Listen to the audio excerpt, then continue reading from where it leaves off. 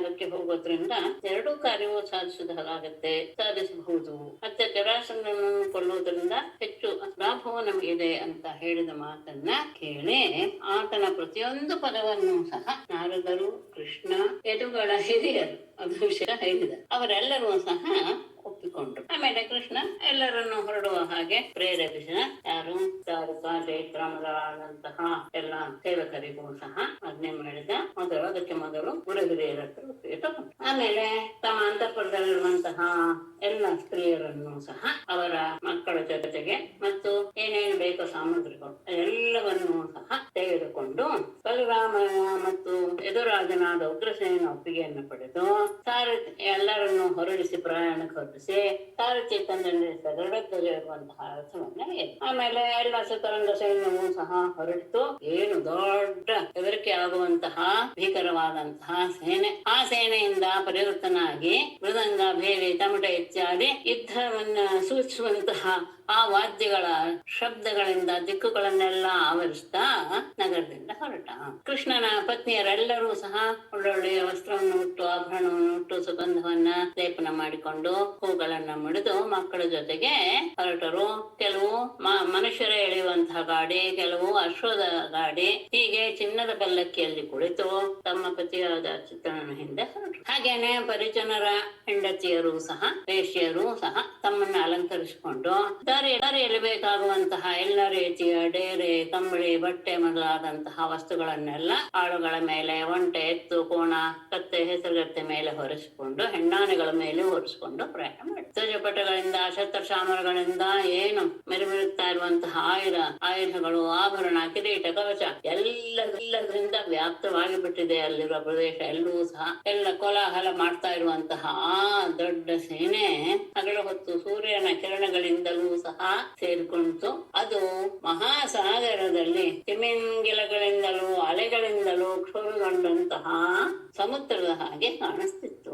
ಅದಾದ್ಮೇಲೆ ಹೊರಟ ಮೇಲೆ ಈ ಕಡೆ ಸಹ ಕೃಷ್ಣನಿಂದ ಸತ್ಕೃತರಾಗಿ ಆತನ ಮನಸ್ಸಿನಲ್ಲಿರುವಂತಹ ಪ್ರಯತ್ನವನ್ನ ಅರಿತು ಮನಸ್ಸಿನಲ್ಲಿ ಆತನಿಗೆ ನಮಸ್ಕಾರ ಮಾಡಿ ಗೌರವವನ್ನು ಅರ್ಪಿಸಿ ಆತನನ್ನು ನೋಡ್ತಾ ನೋಡ್ತಾ ತಮ್ಮ ಇಂದ್ರಿಯಗಳನ್ನೆಲ್ಲ ಸಂತೃಪ್ತಿಗೊಳಿಸ್ಕೊಂಡು ಅವರು ಆಕಾಶ ಮಾರ್ಗದಲ್ಲಿ. ಆಮೇಲೆ ಜರಾಸಂಧನ ಬಂಧನದಲ್ಲಿರುವಂತಹ ರಾಜರ ಕಡೆಯಿಂದ ಬಂದಂತಹ ದೂತನನ್ನು ಕುರಿತು ಕೃಷ್ಣ ಹೇಳಿದ, ನೀನು ಅವರಿಗೆ ಹೋಗಿ ಹೇಳು, ಯಾರು ಹೆದರುವ ಅವಶ್ಯಕತೆ ಇಲ್ಲ, ಎಲ್ಲರಿಗೂ ಶುಭವಾಗತ್ತೆ. ಜರಾಸಂಧನನ್ನ ಹೋಗಿ ಗಿರಿವೃಜಕ್ಕೆ ಹೋಗಿ ರಾಜರಿಗೆ ಎಲ್ಲರಿಗೂ ಕೃಷ್ಣನ ಸಂದೇಶವನ್ನು ತಿಳಿಸಿದ. ಇದನ್ನ ಕೇಳಿ ಅವರೆಲ್ಲರೂ ಸಹ ತಮ್ಮನ್ನ ತೆರೆಯಿಂದ ಯಾವಾಗ ಬಿಡಿಸ್ತಾನೋ ಕೃಷ್ಣ ಎನ್ನುವ ನಿರೀಕ್ಷೆಯಲ್ಲಿ ಅವನ ಆಗಮನವನ್ನೇ ಕಾಣ್ತಾ. ಈ ಕಡೆ ಶ್ರೀಹರಿ ಆನತ್ತ, ಸೌವೀರ, ಮೂರು ದೇಶಗಳನ್ನೆಲ್ಲ ಮತ್ತು ಕುರುಕ್ಷೇತ್ರವನ್ನೂ ದಾಟಿ ದಾರಿಯಲ್ಲಿರುವಂತಹ ಬೆಟ್ಟ, ನದಿ, ಪಟ್ಟಣ, ಗ್ರಾಮ ಸಮೂಹಗಳನ್ನೆಲ್ಲ ಮೀರಿ ಕೊನೆಗೆ ದುಷದ್ಗತಿ, ಸರಸ್ವತಿ ನದಿಗಳನ್ನ, ಪಾಂಚಾಲ, ಮತ್ಸ್ಯ ದೇಶಗಳನ್ನು ಸಹ ದಾಟಿಕೊಂಡು ಇಂದ್ರಕ್ಕೆ ಸಂಭವ ಅಂತಹ ಕೃಷ್ಣ ಆಗಮಿಸಿದಾನೆ ಅಂತ ಕೇಳಿದ ತಕ್ಷಣ ಅಜಾತಶತ್ರುವಾದ ಧರ್ಮರಾಜ ಬಹಳ ಆನಂದಗೊಂಡ. ಪುರೋಹಿತರು ಮಿತ್ರರ ಜೊತೆಗೆ ಆತನನ್ನ ಎದುರುಗೊಂಡು ಹೊರಟ. ದಾರಿಯಲ್ಲೆಲ್ಲ ಮಂಗಲವಾದ್ಯಗಳು ಭೋರ್ಗರಿತಾ ಇವೆ, ವೇದಗಳೇ. ಯುಧಿಷ್ಠಿರ ಪರಿವಾರ ಸಮೇತನಾಗಿ ಋಷಿಕೇಶನನ್ನ ಸ್ವಾಗತಿಸಿದ. ಅವನಿಗೆ ಋಷಿಕೇಶನನ್ನು ನೋಡಿ ಕೃಷ್ಣನನ್ನು ನೋಡಿ ಏನ್ ಅನ್ನಿಸ್ತು ಅಂದ್ರೆ, ಇಂದ್ರಿಯಗಳೆಲ್ಲವೂ ಸಹ ಸೋತು ಬಳದು ಹೋಗಿವೆ. ಪ್ರಾಣ ಬಂದ ತಕ್ಷಣ ಅವುಗಳು ಹೇಗೆ ಚಿಗುರುಕೊಂಡು ಚೈತನ್ಯಯುಕ್ತವಾಗುತ್ತೋ ಹಾಗೆ ಭಾವಿಸಿದ. ಆ ರೀತಿಯ ಭಾವವನ್ನು ಹೊಂದಿದ ಧರ್ಮರಾಯ ತನ್ನ ಪ್ರಾಣವೇ ಬಂತು ಎನ್ನುವ ರೀತಿಯಲ್ಲಿ ಕೃಷ್ಣನನ್ನ ಆಧರಿಸಿದ. ಬಹಳ ಕಾಲದ ಮೇಲೆ ಕೃಷ್ಣನನ್ನು ನೋಡಿದ್ದು, ಹಾಗಾಗಿ ಅವನ ಹೃದಯ ಸ್ನೇಹದಿಂದ ದ್ರವಿಸಿ ಹೋಯಿತು. ಮತ್ತೆ ಕೃಷ್ಣನನ್ನ ಆಲಂಗಿಸಿಕೊಡ್ತಾ ಇದ್ದಾನೆ ಯುಧಿಷ್ಠಿರ. ಲಕ್ಷ್ಮೀ ದೇವಿಗೆ ನಿವಾಸ ಸ್ಥಾನ ಪರಮಾತ್ಮನ ದೇಹ. ಅಂತಹ ಪರಿಶುದ್ಧವಾದ ಪರಮಾತ್ಮನ ದೇಹವನ್ನು ಎರಡೂ ಕೈಗಳಿಂದ ಅಪ್ಪಿಕೊಂಡಂತಹ ಧರ್ಮರಾಜ ತನ್ನ ಎಲ್ಲ ಶುಭಗಳನ್ನು ಸಹ ಒಡೆಸಿಕೊಂಡು ಬಿಟ್ಟ. ಆನಂದದಿಂದ ಧರ್ಮರಾಜನ ಕಣ್ಣುಗಳಿಂದ ಆನಂದ ಬಾಷ್ಪಗಳು ಹರಿತಾ ಇವೆ. ದೇಹವೆಲ್ಲ ಓಂ ನಮೋ ಭಗವತೆ ವಾಸುದೇವಾಯ. ಶ್ರೀ ಶುಕೋವಾಚ ಏಕದಾ ಸಭಾ ಮಧ್ಯೆ ಆಶ್ರಿತೋ ಮುನಿಭಿರ್ವೃತಃ ಬ್ರಾಹ್ಮಣೈಃ ಕ್ಷತ್ರಿಯೈಃ ವೈಶ್ಯೈಃ ಭ್ರಾತೃಭಿಶ್ಚ ಯುಧಿಷ್ಠಿರಃ. ಏಕದಾ ಸಭಾ ಮಧ್ಯೆ ಆಶ್ರಿತಃ ಯುಧಿಷ್ಠಿರಃ ಮುನಿಭಿಃ ಬ್ರಾಹ್ಮಣೈಃ ಕ್ಷತ್ರಿಯೈಃ ವೈಶ್ಯೈಃ ಭ್ರಾತೃಭಿಶ್ಚ ವೃತಃ ಆಸೀತ್ ಅಂತ. ಒಮ್ಮೆ ಒಂದು ದಿನ ಅಂತ ಅರ್ಥ.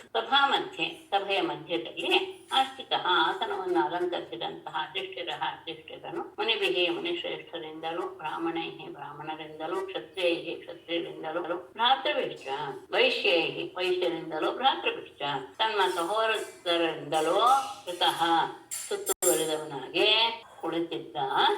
ಆಗ ಅಷ್ಟೇ ಅಲ್ಲ, ಆಚಾರ್ಯೈಃ ಕುಲವೃದ್ಧೈಶ್ಚ ಜ್ಞಾತಿ ಸಂಬಂಧಿ ಬಾಂಧವೈಃ ಶೃಣ್ವತಾಮೇವ ಚೈತೇಷಾಂ ಆಭಾಷ್ಯ ಇದಂ ಉವಾಚಃ.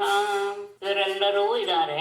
ಅದ್ರ ಜೊತೆಗೆ ಆಚಾರ್ಯೈಃ ಕುಲವೃದ್ಧೈಃ ಜ್ಞಾತಿ ಸಂಬಂಧಿ ಬಾಂಧವೈಃ ವೃತಃ ತೇಷಾಂ ಶೃಣ್ವತಾಂ ಏವ ಆಭಾಷ್ಯ ಇದಂ ಉವಾಚ. ಕೃಷ್ಣ ಎನ್ನುವ ಶಬ್ದ ಇದರಲ್ಲಿ ಇಲ್ಲ, ತಗೊಳ್ಬೇಕು ಅಷ್ಟೆ. ಆಚಾರ್ಯರು ಅಂದ್ರೆ ಗುರುಗಳು ಇದ್ದಾರೆ. ಕುಲವೃದ್ಧೈಹಿ ವಂಶದ ಹಿರಿಯರೆಲ್ಲರೂ ಇದ್ದಾರೆ. ಜ್ಞಾತಿ ಸಂಬಂಧಿ ಬಾಂಧವೈಹಿ ಬಂಧುಗಳು ಬಾಂಧವರು ಮತ್ತು ತಮಗೆ ಇಷ್ಟರಾಗದವರು ಇವರೆಲ್ಲರಿಂದಲೂ ಕೂಡಿಕೊಂಡಂತಹ ಯುಧಿಷ್ಠಿರನು ತೇಷಾಂ ಶೃಣ್ವತಾಮೇವ ಎಲ್ಲರೂ ಸಹ ರಾಜ್ಯಸಭೆಯಲ್ಲಿ ಕುಳಿತಾರೆ. ಎಲ್ಲರೂ ಕೇಳ್ತಾ ಇರುವಾಗಲೇ ಅಂದ್ರೆ ಎಲ್ಲರ ಎದುರಿಗೇನೆ ಆಭಾಷ್ಯ ಕೃಷ್ಣನನ್ನು ಸಂಬೋಧಿಸಿ ಇದಂ ಉವಾಚ ಮುಂದೆ ಆಡುವ ಮಾತನ್ನ ಆಡಿದ. ಎಲ್ಲರೂ ಇದ್ದಾರೆ ಸಭೆಯಲ್ಲಿ. ಮುನಿಗಳು ಬ್ರಾಹ್ಮಣರು ಕ್ಷತ್ರಿಯರು ವೈಶ್ಯರು ಸಹೋದರರು ಎಲ್ಲರೂ ಇದ್ದಾರೆ. ಸಭಾ ಮಧ್ಯದಲ್ಲಿ ಯುಧಿಷ್ಠಿರ ಕುಳಿತಿದ್ದಾನೆ. ಮತ್ತೆ ಅಲ್ಲಿ ಗುರು ಹಿರಿಯರು ವಂಶದ ಹಿರಿಯರು ಬಂಧು ಬಾಂಧವರು ಎಲ್ಲರೂ ಇದ್ದಾರೆ. ಅವರೆಲ್ಲರೂ ಕೇಳ್ತಾ ಇದ್ದ ಹಾಗೇನೆ ಅಂದ್ರೆ ಎಲ್ಲರೂ ಕೇಳಲಿ ಅನ್ನೋ ಉದ್ದೇಶದಲ್ಲಿ ಯುಧಿಷ್ಠಿರ ಕೃಷ್ಣನನ್ನ ಸಂಬೋಧನೆ ಮಾಡಿ ಹೀಗೆ ಅಂದ. ಯುಧಿಷ್ಠಿರ ವಾಚ ಕೃತರಾಜೇನ ಗೋವಿಂದ ರಾಜಸೂಯೇನ ಪಾವನೇಃ ಯಕ್ಷೇ ವಿಭೂತಿ ಭವತಃ ತತ್ಸಂಪಾದಯ ನಃ ಪ್ರಭೋ. ಗೋವಿಂದ ಕ್ರತುರಾಜೇನ ರಾಜಸೂಯೇನ ಭವತಃ ಪಾವನೇಃ ವಿಭೂತಿಃ ಯಕ್ಷೇ ಪ್ರಭೋ ನಃ ತತ್ ಸಂಪಾದಯ. ಗೋವಿಂದ ಪರಮಾತ್ಮನೇ ಕ್ರತುರಾಜೇನ ರಾಜಸೂಯೇನ ಯಾಗಗಳಲ್ಲಿಯೇ ಶ್ರೇಷ್ಠವಾದಂತಹ ರಾಜಸೂಯ ಯಾಗದಿಂದ ಭವತಃ ನಿನ್ನ ಪಾವನೀಹಿ ವಿಭೂತಿ ಪರಪವಿತ್ರವಾದಂತಹ ಅಂಶಗಳಾದಂತಹ ದೇವತೆಗಳನ್ನ ಯಕ್ಷೇ ನಾನು ಅರ್ಚಿಸ್ತೇನೆ.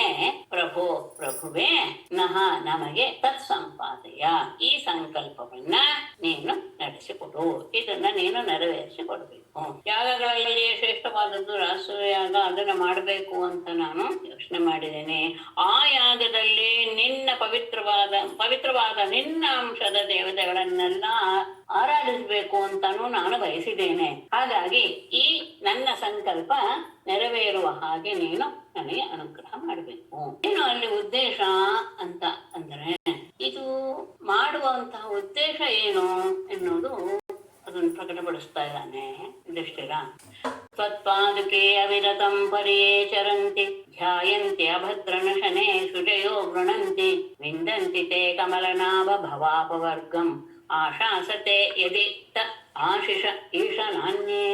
ಅಭದ್ರನಶನೆ ತ್ವತ್ಪಾದುಕೆ ಯೇ ಅವಿರತಂ ಪರಿಚರಂತಿ ಧ್ಯಾಯಂತಿ ಶುಚಯಃ ಗೃಣಂತಿ ಕಮಲನಾಭ ತೇ ಭವಾಪವರ್ಗಂ ವಿಂದಂತಿ ಯದಿ ತೇ ಆಶಾಸತೆ ಆಶಿಷಃ ವಿಂದಂತಿ ಈಶ ಅನ್ಯೇ ನ.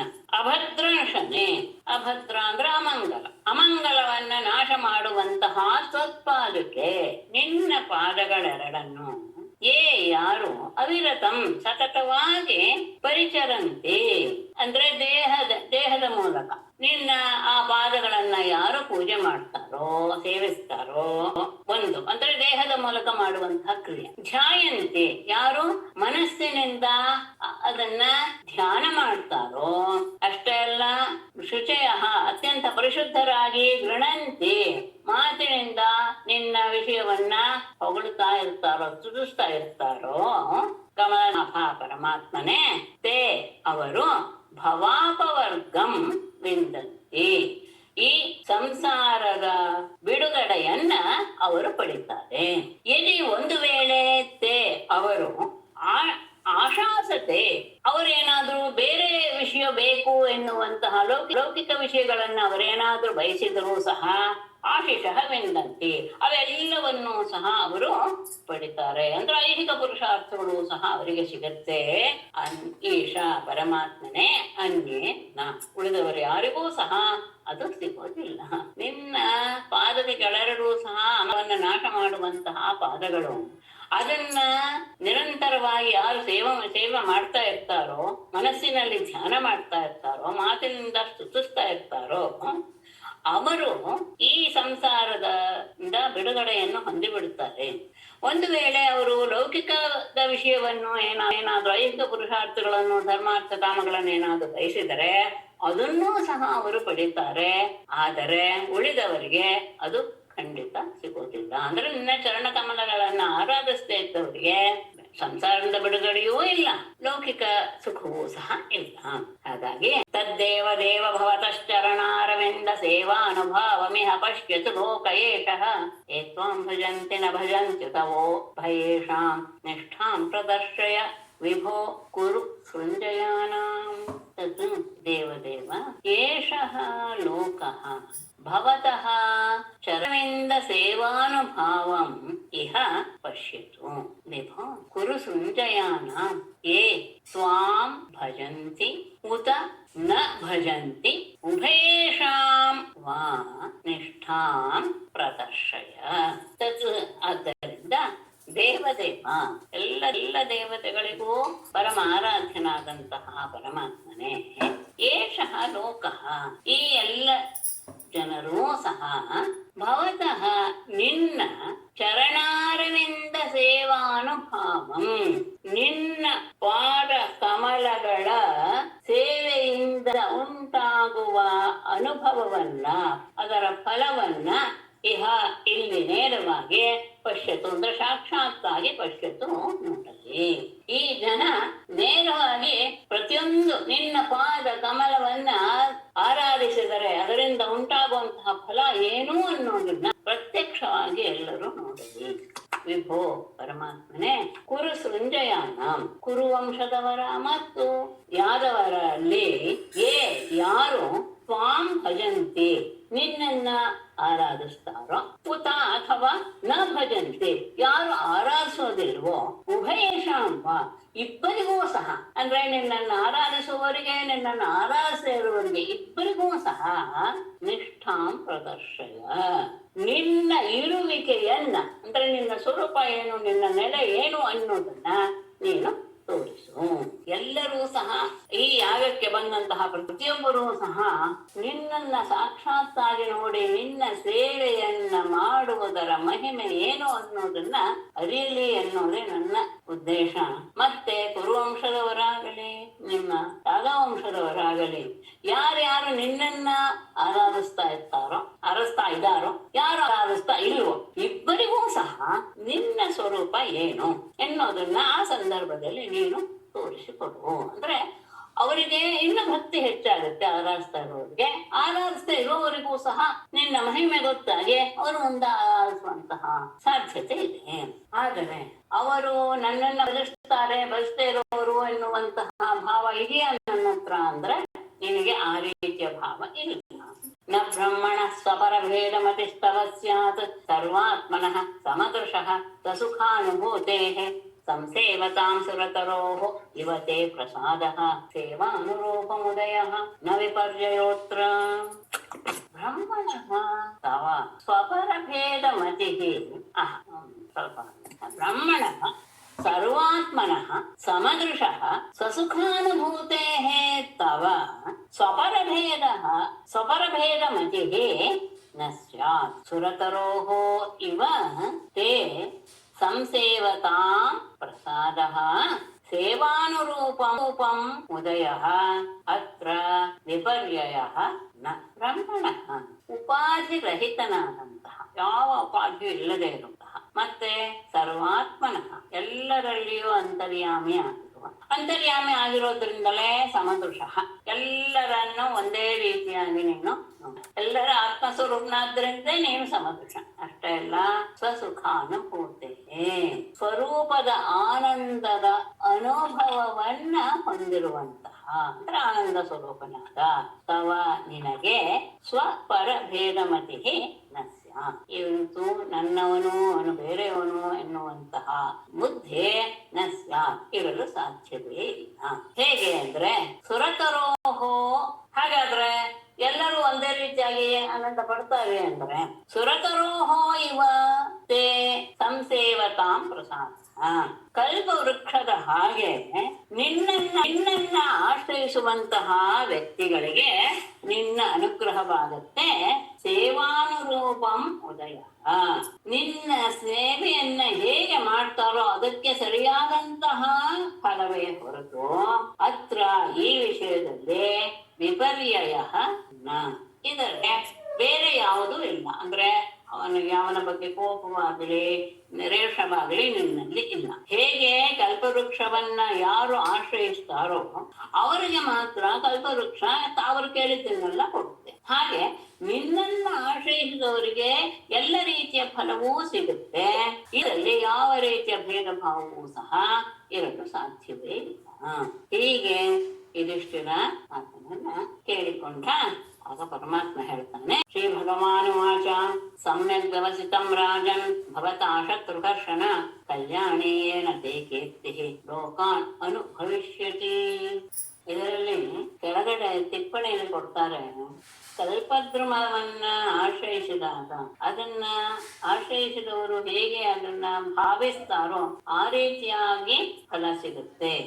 ಅಷ್ಟೇ ಅಲ್ಲ, ಕೆಲವು ಸತಿ ಹೆಚ್ಚು ಸಹ ಸಿಗಬಹುದು.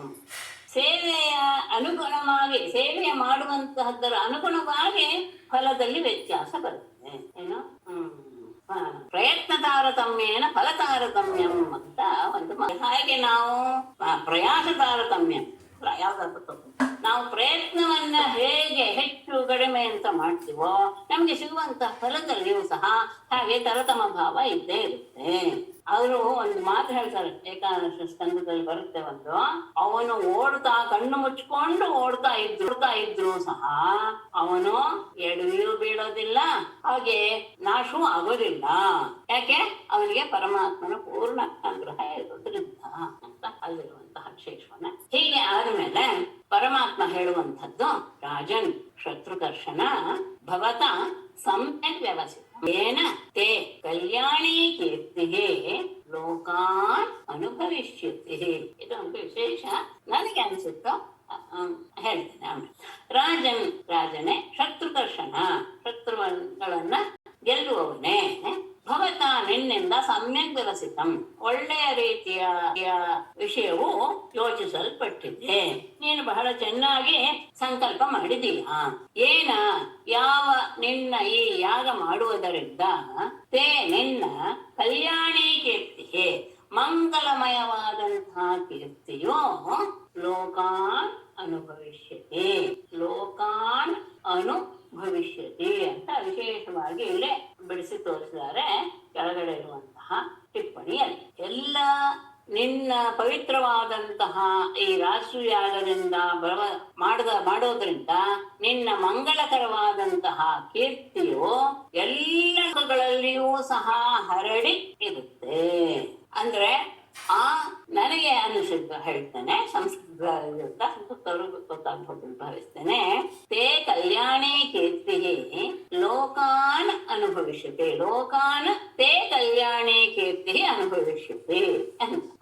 ಅಂದ್ರೆ ಈ ಪ್ರಥಮಾತಿಥಿಯ ಕ್ರಿಯಾಪದ ತಗೊಂಡಾಗ, ಕರ್ತೃಕರ್ಮ ಕ್ರಿಯಾ ತಗೊಂಡಾಗ ನಿನ್ನ ಕೀರ್ತಿಯು ಎಲ್ಲ ಲೋಕಗಳನ್ನು ಸಹ ಅನುಭವಿಸುತ್ತದೆ.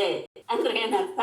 ಎಲ್ಲ ಲೋಕಗಳಲ್ಲಿಯೂ ಸಹ ನಿನ್ನ ಕೀರ್ತಿ ವ್ಯಾಪ್ತವಾಗುತ್ತೆ ಶಬ್ದದ ವೈಶಿಷ್ಟ್ಯ. ಮತ್ತೆ ಋಷೀಣಾಂ ಪಿತೃದೇವಾನಾಂ ಸರ್ವದಾಮಪಿ ನಃ ಪ್ರಭೋ ಸರ್ವೇಷಾಮಪಿ ಭೂತಾನಾಂ ಈಪ್ಸಿತಃ ಕ್ರತುರಾಡ್ ಅಯಂ.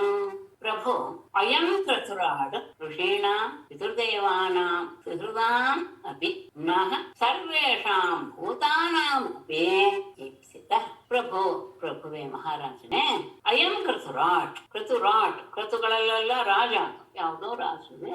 ಹಾಗಾಗಿ ನೀನು ಮಾಡುವಂತಹ ಈ ಶ್ರೇಷ್ಠವಾದಂತಹ ಯಜ್ಞವು ಋಷೀಣಾಂ ಋಷಿಗಳಿಗೂ, ಪಿತೃದೇವಾನಾಂ ಪಿತೃಗಳಿಗೂ ದೇವತೆಗಳಿಗೂ, ಸುಹೃದಾಮಪಿ ಅಂದ್ರೆ ಹಿತೈಷಿಗಳಿಗೂ, ನಹ ನಮಗೂ ಅಷ್ಟೇ ಅಲ್ಲ, ಸರ್ವೇಷಾಂ ಭೂತಾನಾಂ ಅಪಿ ಎಲ್ಲ ಜೀವಿಗಳಿಗೂ ಸಹ ಈಪ್ಸಿತ ಬಹಳ ಪ್ರಿಯವಾದಂತಹದ್ದೇ ಅದೇ. ಈ ನೀನು ಮಾಡುವಂತಹ ಯಾಗ ಎಲ್ಲರಿಗೂ, ಋಷಿಗಳು, ಪಿತೃದೇವತೆಗಳು, ದೇವತೆಗಳು, ಸುಂದರು, ನಮಗೆ ಮತ್ತು ಎಲ್ಲ ಜೀವಿಗಳಿಗೂ ಎಲ್ಲರಿಗೂ ಸಹ ಬಹಳ ಪ್ರಿಯವಾದಂತಹ ಯಾಗವೇ ಆಗಿದೆ. ಹಾಗಾದ್ರೆ ಅದನ್ನ ಹೇಗೆ ಮಾಡ್ಕೋಬೇಕು ಅಂತ ಹೇಳಿದ್ರೆ, ಮೊದಲು ರಾಜಸೂಯ ಯಾಗ ಮಾಡಬೇಕಾದಾಗ ಎಲ್ಲ ರಾಜರನ್ನು ಗೆಲ್ಬೇಕಾಗಿದೆ. ಪ್ರೀತ್ಯರ್ವದೇನ್ ಸರ್ವಾನ್ ಕೃತ್ವಾ ಚ ಜಗತಿ ವಶೆ ಸಂಹೃತ್ಯ ಸರ್ವ ಸಂಭಾರಾನ್ ಆಹರಸ್ಸ ಮಹಾಕೃತಂ. ಸರ್ವಾನ್ ನೃಪತೇನ ವಿಜಿತ್ಯ ಜಗತೀಂ ಚ ವಶೇ ಕೃತ್ವಾ ಸರ್ವ ಸಂಭಾರಾನ್ ಸಂಭೃತ್ಯ ಮಹಾಕೃತಂ ಆಹರಸ್ವ. ಸರ್ವಾನ್ ನೃಪತೇನ್, ಎಲ್ಲ ಭೂಮಿಯಲ್ಲಿರುವಂತಹ ಎಲ್ಲ ರಾಜರುಗಳನ್ನು ವಿಜಿತ್ಯ ಗೆದ್ದು, ಜಗತೀಂಚ ಇಡೀ ಪೃಥ್ವಿಯನ್ನ ವಶೇ ಕೃತ್ವ ನಿನ್ನ ವಶವನ್ನಾಗಿ ಮಾಡಿಕೊಂಡು, ನಿನ್ನ ಅಧೀನವನ್ನಾಗಿ ಮಾಡಿಕೊಂಡು, ಸರ್ವ ಸಂಭಾರಾನ ರಾಜಸೂಯಕ್ಕೆ ಬೇಕಾದಂತಹ ಎಲ್ಲ ರೀತಿಯ ಸಾಮಗ್ರಿಗಳನ್ನು ಸಹ ಸಂಹೃತ್ಯ ಸಂಗ್ರಹ ಮಾಡಿಕೊಂಡು ಮಹಾಕೃತಂ ಆಹರ್ವ ಆ ದೊಡ್ಡ ಯಜ್ಞವನ್ನ ನೀನು ಅನುಷ್ಠಾನ ಮಾಡು. ಮೊದಲು ಎಲ್ಲ ರಾಜರನ್ನು ಗೆದ್ಕೊಳ್ಬೇಕು, ಇಡೀ ಪೃಥ್ವಿ ನಿನ್ನ ವಶವಾಗಬೇಕು. ಬಳಿಕ ಯಾಗಕ್ಕೆ ಬೇಕಾದಂತಹ ಎಲ್ಲ ಸಾಮಗ್ರಿಗಳನ್ನು ಸಿದ್ಧಪಡಿಸಿಕೊಂಡು ಇಂತಹ ದೊಡ್ಡ ಯಾಗವನ್ನು ನೀನು ಮಾಡಬಹುದು. ಅದು ಹೇಗೆ ಸಾಧ್ಯವೇ ಅಂತ, ಎಲ್ಲ ರಾಜರನ್ನು ಗೆಲ್ಲೋದಲ್ಲ ಹೇಗೆ ಅಂತ ನಿನ್ನ ಮನಸ್ಸಬಹುದು. ನಿನ್ನ ತಮ್ಮಂದರೇನು ಕಡಿಮೆ ಅಲ್ಲ. ಏತೇತೆ ಭ್ರಾತರೋ ರಾಜನ್ ಲೋಕಪಾಲಾಂಶ ಸಂಭವಾಃ ಯತೋಸ್ಮಿ ಆತ್ಮವತಾತೇಹಂ ದುರ್ಜಯೋ ಯೋ ಅಕೃತಾತ್ಮಭಿಃ. ರಾಜನ್ ಏತೆ ತೇ ಭ್ರಾತರಃ ಲೋಕಪಾಲಾಂಶ ಸಂಭವಾಃ ಆತ್ಮವತಾ ತೇ ದುರ್ಜಯಃ ಅಹಂ ಜಿತಃ ಯಃ ಅಕೃತಾತ್ಮಭಿಃ ದುರ್ಜಯಃ. ಎರಡು ಸತಿ ತಗೊಂಡ್ರೆ ಚೆನ್ನ ಅಂತ ನಂತರ ಎರಡು ಸತಿ ದುರ್ಜಯ ಶಬ್ದ ತಗೊಂಡಿ. ರಾಜನೇ ಏತೇ ತೇ ಭ್ರಾತರಃ ನಿನ್ನ ತಮ್ಮಂದಿರೆಲ್ಲರೂ ಸಹ ಲೋಕಪಾಲಾಂಶ ಸಂಭವ, ದಿಕ್ಪಾಲಕರಾದ ವಾಯು, ಇಂದ್ರ ಇಂತಹ ಲೋಕಪಾಲರ ಅಂಶದಿಂದ ಹುಟ್ಟಿದವರು. ಹಾಗಾಗಿ ಏನು ಮಹಾಧೈರ್ಯಶಾಲಿಗಳು, ಏನು ಹೇಳುವಂತಹ ಅವಶ್ಯಕತೆ ಇಲ್ಲ. ಅಷ್ಟೇ ಇಲ್ಲ, ನಾನು ಆತ್ಮವತ ನೀನು ಇಂದ್ರಿಯ ನಿಗ್ರಹವನ್ನು ಮಾಡಿ ಆತ್ಮ ನಿಗ್ರಹ ಮಾಡಿಕೊಂಡಂತಹ ವ್ಯಕ್ತಿ, ನಿನ್ನಿಂದ ಆತ್ಮವತಾತೆ ಅಂದ್ರೆ ಅತ್ಯಂತ ಸಂಯಮಿಯಾದಂತಹ ನಿನ್ನಿಂದ ಅಹಂ ನಾನು ಯದ್ಯಪಿ ದುರ್ಜಯ ಯಾರಿಂದಲೂ ಗೆಲ್ಲಕ್ಕೆ ಸಾಧ್ಯವಿಲ್ಲ ನನ್ನನ್ನು, ಆದರೆ ನಿನ್ನಿಂದ ನಾನು ಜಿತಃ ಗೆಲ್ಲಲ್ಪಟ್ಟಿದ್ದೇನೆ. ಅಂದ್ರೆ ನಾನು ನಿನಗೆ ವಶವಾಗಿಬಿಟ್ಟಿದ್ದೇನೆ. ನೀನು ಅಂತಹ ಜಿತೇಂದ್ರಿಯನಾಗಿದೆಯಾ. ಹಾಗಾಗಿ ಜಿತೇಂದ್ರಿಯನಾದಂತಹ ನಿನಗೆ ನಾನು ನನ್ನನ್ನು ಸಂಪೂರ್ಣವಾಗಿ ಒಪ್ಪಿಸ್ಕೊಂಡ್ಬಿಟ್ಟಿದ್ದೇನೆ. ಯಾವ ನಾನು ಅಕೃತಾತ್ಮವಿಹಿ ಜಿತೇಂದ್ರಿಯರಲ್ಲದವರಿಗೆ ದುರ್ಜಯ ವಶವಾಗೋದಕ್ಕೆ ಅರ್ಹನಲ್ಲ. ಯಾರಿಗೆ ಇಂದ್ರಿಯ ಪ್ರೀತಿಯೇ ಇರುತ್ತೋ ಅವರ ಹತ್ತಿರ ನಾನು ಸುಳಿಯೋದು ಇಲ್ಲ.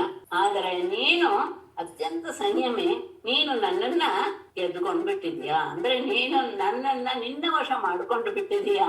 ಇದಂತೂ ಕೇಳೋ ಹಾಗೆ ಇಲ್ಲ, ಯಾಗ ಬಹಳ ಚೆನ್ನಾಗಿಯೇ ನಡೆಯುತ್ತೆ ಎನ್ನುವ ಅಭಿಪ್ರಾಯ. ಮತ್ತೆ ನಾನು ಇದೀನಿ ಅಂದಾಗ ಉಳಿದವರು ಯಾರೂ ಸಹ ನಿನ್ನನ್ನ ಯಾವುದೇ ರೀತಿಯಲ್ಲೂ ನಿನ್ನನ್ನ ಬಗ್ಸಕ್ ಸಾಧ್ಯ. ಅದಷ್ಟೇ ಮತ್ ಪರಂ ಲೋಕೆ ತೇಜಸಾಯಶತ ಶ್ರೇಯ ವಿಭೂತಿಭಿರ್ವಾ ಅಭಿಭವೇತ್ ದೇವೋ ಅಪಿ ಕಿಮು ಪಾರ್ಥಿವಃ.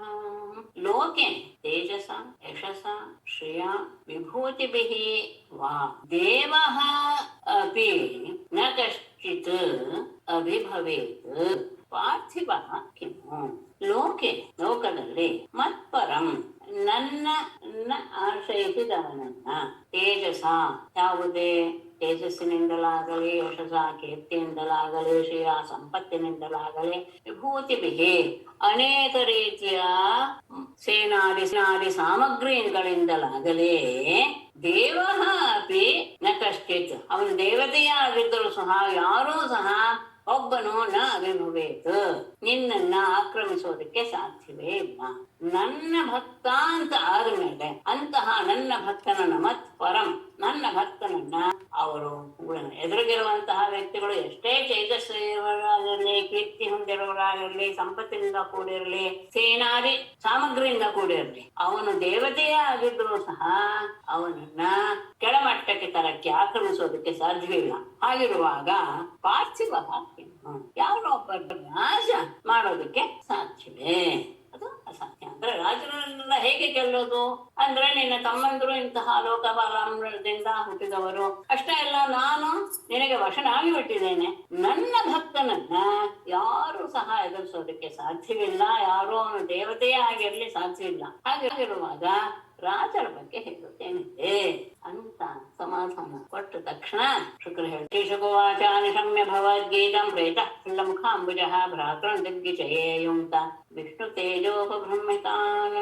ಭಗವದ್ಗೀತಂ ನಿಶಮ್ಯ ಪ್ರೀತಃ ಖುಲ್ಲಮುಖಾಂಬುಜಃ ವಿಷ್ಣು ತೇಜೋಪಬೃಂಹಿತಾನ್ ಭ್ರಾತೃನ ದಿಗ್ವಿಜಯೇ ಅನ್ನುಂತ.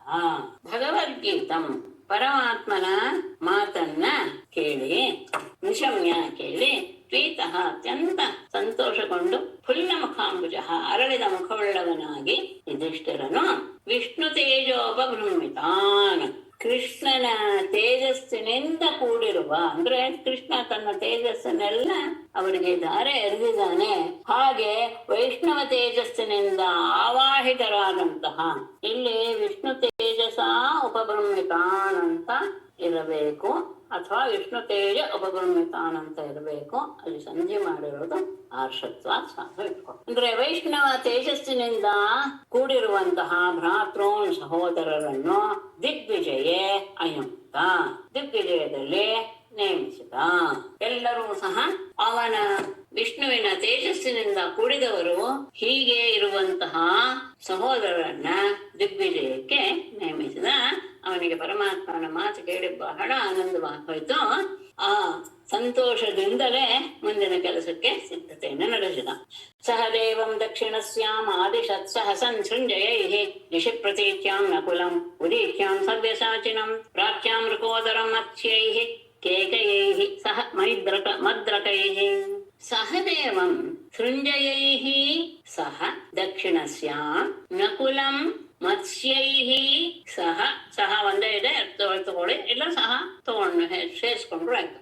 ಪ್ರತೀಚ್ಯಾಂ ದಿಶಿ ಸವ್ಯಸಾಚಿನಂ ಕೇಕಯೈಃ ಉದೀಚ್ಯಾಂ ದಿಶಿ ಋಕೋದರಂ ಮದ್ರಕೈಃ ಸಹ ಪ್ರಾಚ್ಯಾಂ ದಿಶಿ ಆದಿಶತ್. ಸಹದೇವಂ ಸಹದೇವನನ್ನ ಸೃಂಜಯೈಃ ಸಹ, ಸೃಂಜಯ ಅಂಶದ ಅಂದ್ರೆ ಯಾದವರ ಅಂಶ, ಯಾದವರ ಜೊತೆಗೆ ಯಾದವರ ಸೈನಿಕರ ಜೊತೆಗೆ ದಕ್ಷಿಣಸ್ಯಾಂ ದಕ್ಷಿಣ ದಿಕ್ಕಿಗೆ, ನಕುಲನನ್ನು ಮತ್ಸ್ಯೈಹಿ ಮತ್ಸ್ಯ ದೇಶದ ಸೇನೆಯೊಂದಿಗೆ, ಪ್ರತೀಚ್ಯಾಂ ದಿಶಿ ಪಶ್ಚಿಮ ದಿಕ್ಕಿಗೆ, ಸವ್ಯಸಾಚಿನಂ ಅರ್ಜುನನನ್ನು ಕೇಕಯೈಹಿ ಸಹ ಕೇಕೆಯ ದೇಶದ ಸೇನೆಯೊಂದಿಗೆ, ಉದೀಚ್ಯಾಂ ದಿಶಿ ಉತ್ತರ ದಿಕ್ಕಿಗೂ, ಋಗೋದರಂ ಭೀಮನನ್ನ ಮದ್ರಕೈಹಿ ಸಹ ಮದ್ರ ದೇಶದ ಸೈನಿಕರೊಂದಿಗೆ, ಪ್ರಾಚ್ಯಾಂ ಪೂರ್ವ ದಿಕ್ಕಿಗೂ ಆದಿಶತ್ ಕಳುಹಿಸಿಕೊಟ್ಟ. ಅಂದ್ರೆ ನೀವು ಈ ದಿಕ್ಕುಗಳಿಗೆ ಹೋಗಿ ಎಲ್ಲ ರಾಜರನ್ನು ಸಹ ಗೆದ್ದುಕೊಂಡು ಬನ್ನಿ ಅಂತ. ಅವರವರಿಗೆ ಸಹಾಯ ಮಾಡುವವರು ಯಾದವರು, ಮತ್ಸ್ಯ ದೇಶದವರು, ಕೇಕಯ ದೇಶದವರು, ಮದ್ರ ದೇಶದವರು. ಹೀಗೆ 4 ಜನರಿಗೂ ಸಹ ಒಂದೊಂದು ದಿಕ್ಕನ್ನು ಹೇಳಿ ಎಲ್ಲರನ್ನು ದಿಗ್ವಿಜಯಕ್ಕೋಸ್ಕರ ಕಳುಹಿಸಿಕೊಟ್ಟು. ಮೇಡಮ್, ಈ ಸವ್ಯಸಾಚಿನ ಪದಕ್ಕೆ ಏನಂತ ಮೇಡಮ್? ಅರ್ಜುನ ಹೆಸರು ಪದಕ್ಕರ್ಥ? 2 ಕೈಗಳಿಂದಲೂ ಅವನು ಬಾಣ ಪ್ರಯೋಗ ಮಾಡ್ತಿದ್ನಂತೆ. ಸವ್ಯ ಅಂದ್ರೆ ಅದು ಇನ್ನೊಂದು ವಿಶೇಷ. ಸವ್ಯ ಶಬ್ದಕ್ಕೆ ಬಲ ಅಂತಲೂ ಇದೆ, ಎಡ ಅಂತಲೂ ಇದೆ, ಅದು ಒಂದು ವಿಶೇಷ. ಹಾಗಾಗಿ ಅವನು 2 ಕೈಗಳಿಂದಲೂ ಪ್ರಯೋಗ ಮಾಡ್ತಾ ಇದ್ದಿದ್ದರಿಂದ ಅವನಿಗೆ ಸವ್ಯಸಾಚಿ ಅಂತ ಬಾಣ ಪ್ರಯೋಗ ಮಾಡ್ತಾ ಇದ್ದಿದ್ದರಿಂದ ಸವ್ಯಸಾಚಿ ಅಂತ ಹೆಸರು. ಅದಕ್ಕೆ ಅವನ 2 ಭುಜಗಳಲ್ಲಿ ಇದಿತ್ತು, ಏನು ಬತ್ತಳಿಕೆ, 2 ಬತ್ತಳಿಕೆ ಇತ್ತು ಅವನ ಇದರಲ್ಲಿ. ಅದೆಲ್ಲ ದ್ಯೋಚನ ಕೊಡ್ತಾರೆ, ಗಮನಿಸಿ. ಅಕ್ಷಯ ಬತ್ತಳಿಕೆ 2 ಭುಜದಲ್ಲೂ ಅವನು ಇಟ್ಕೊಳ್ತಿದ್ದ, ಯಾಕೆಂದ್ರೆ 2 ಕೈಗಳಿಂದಲೂ ಅವನು ಪ್ರಯೋಗ ಮಾಡ್ತಾ ಇದ್ದಿದ್ರಿಂದ.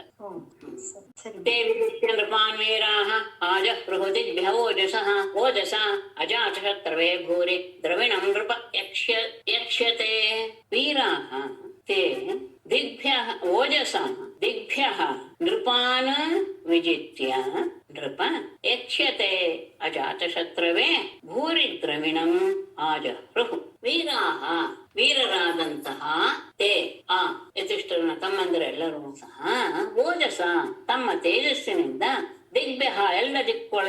ಸಹ ನೃಪಾನ್ ರಾಜರುಗಳನ್ನು ವಿಜಿತ್ಯ ಗೆದ್ದು, ನೃಪ ರಾಜನೇ ಪರೀಕ್ಷಿತನ ಸಂಬೋಧನೆ.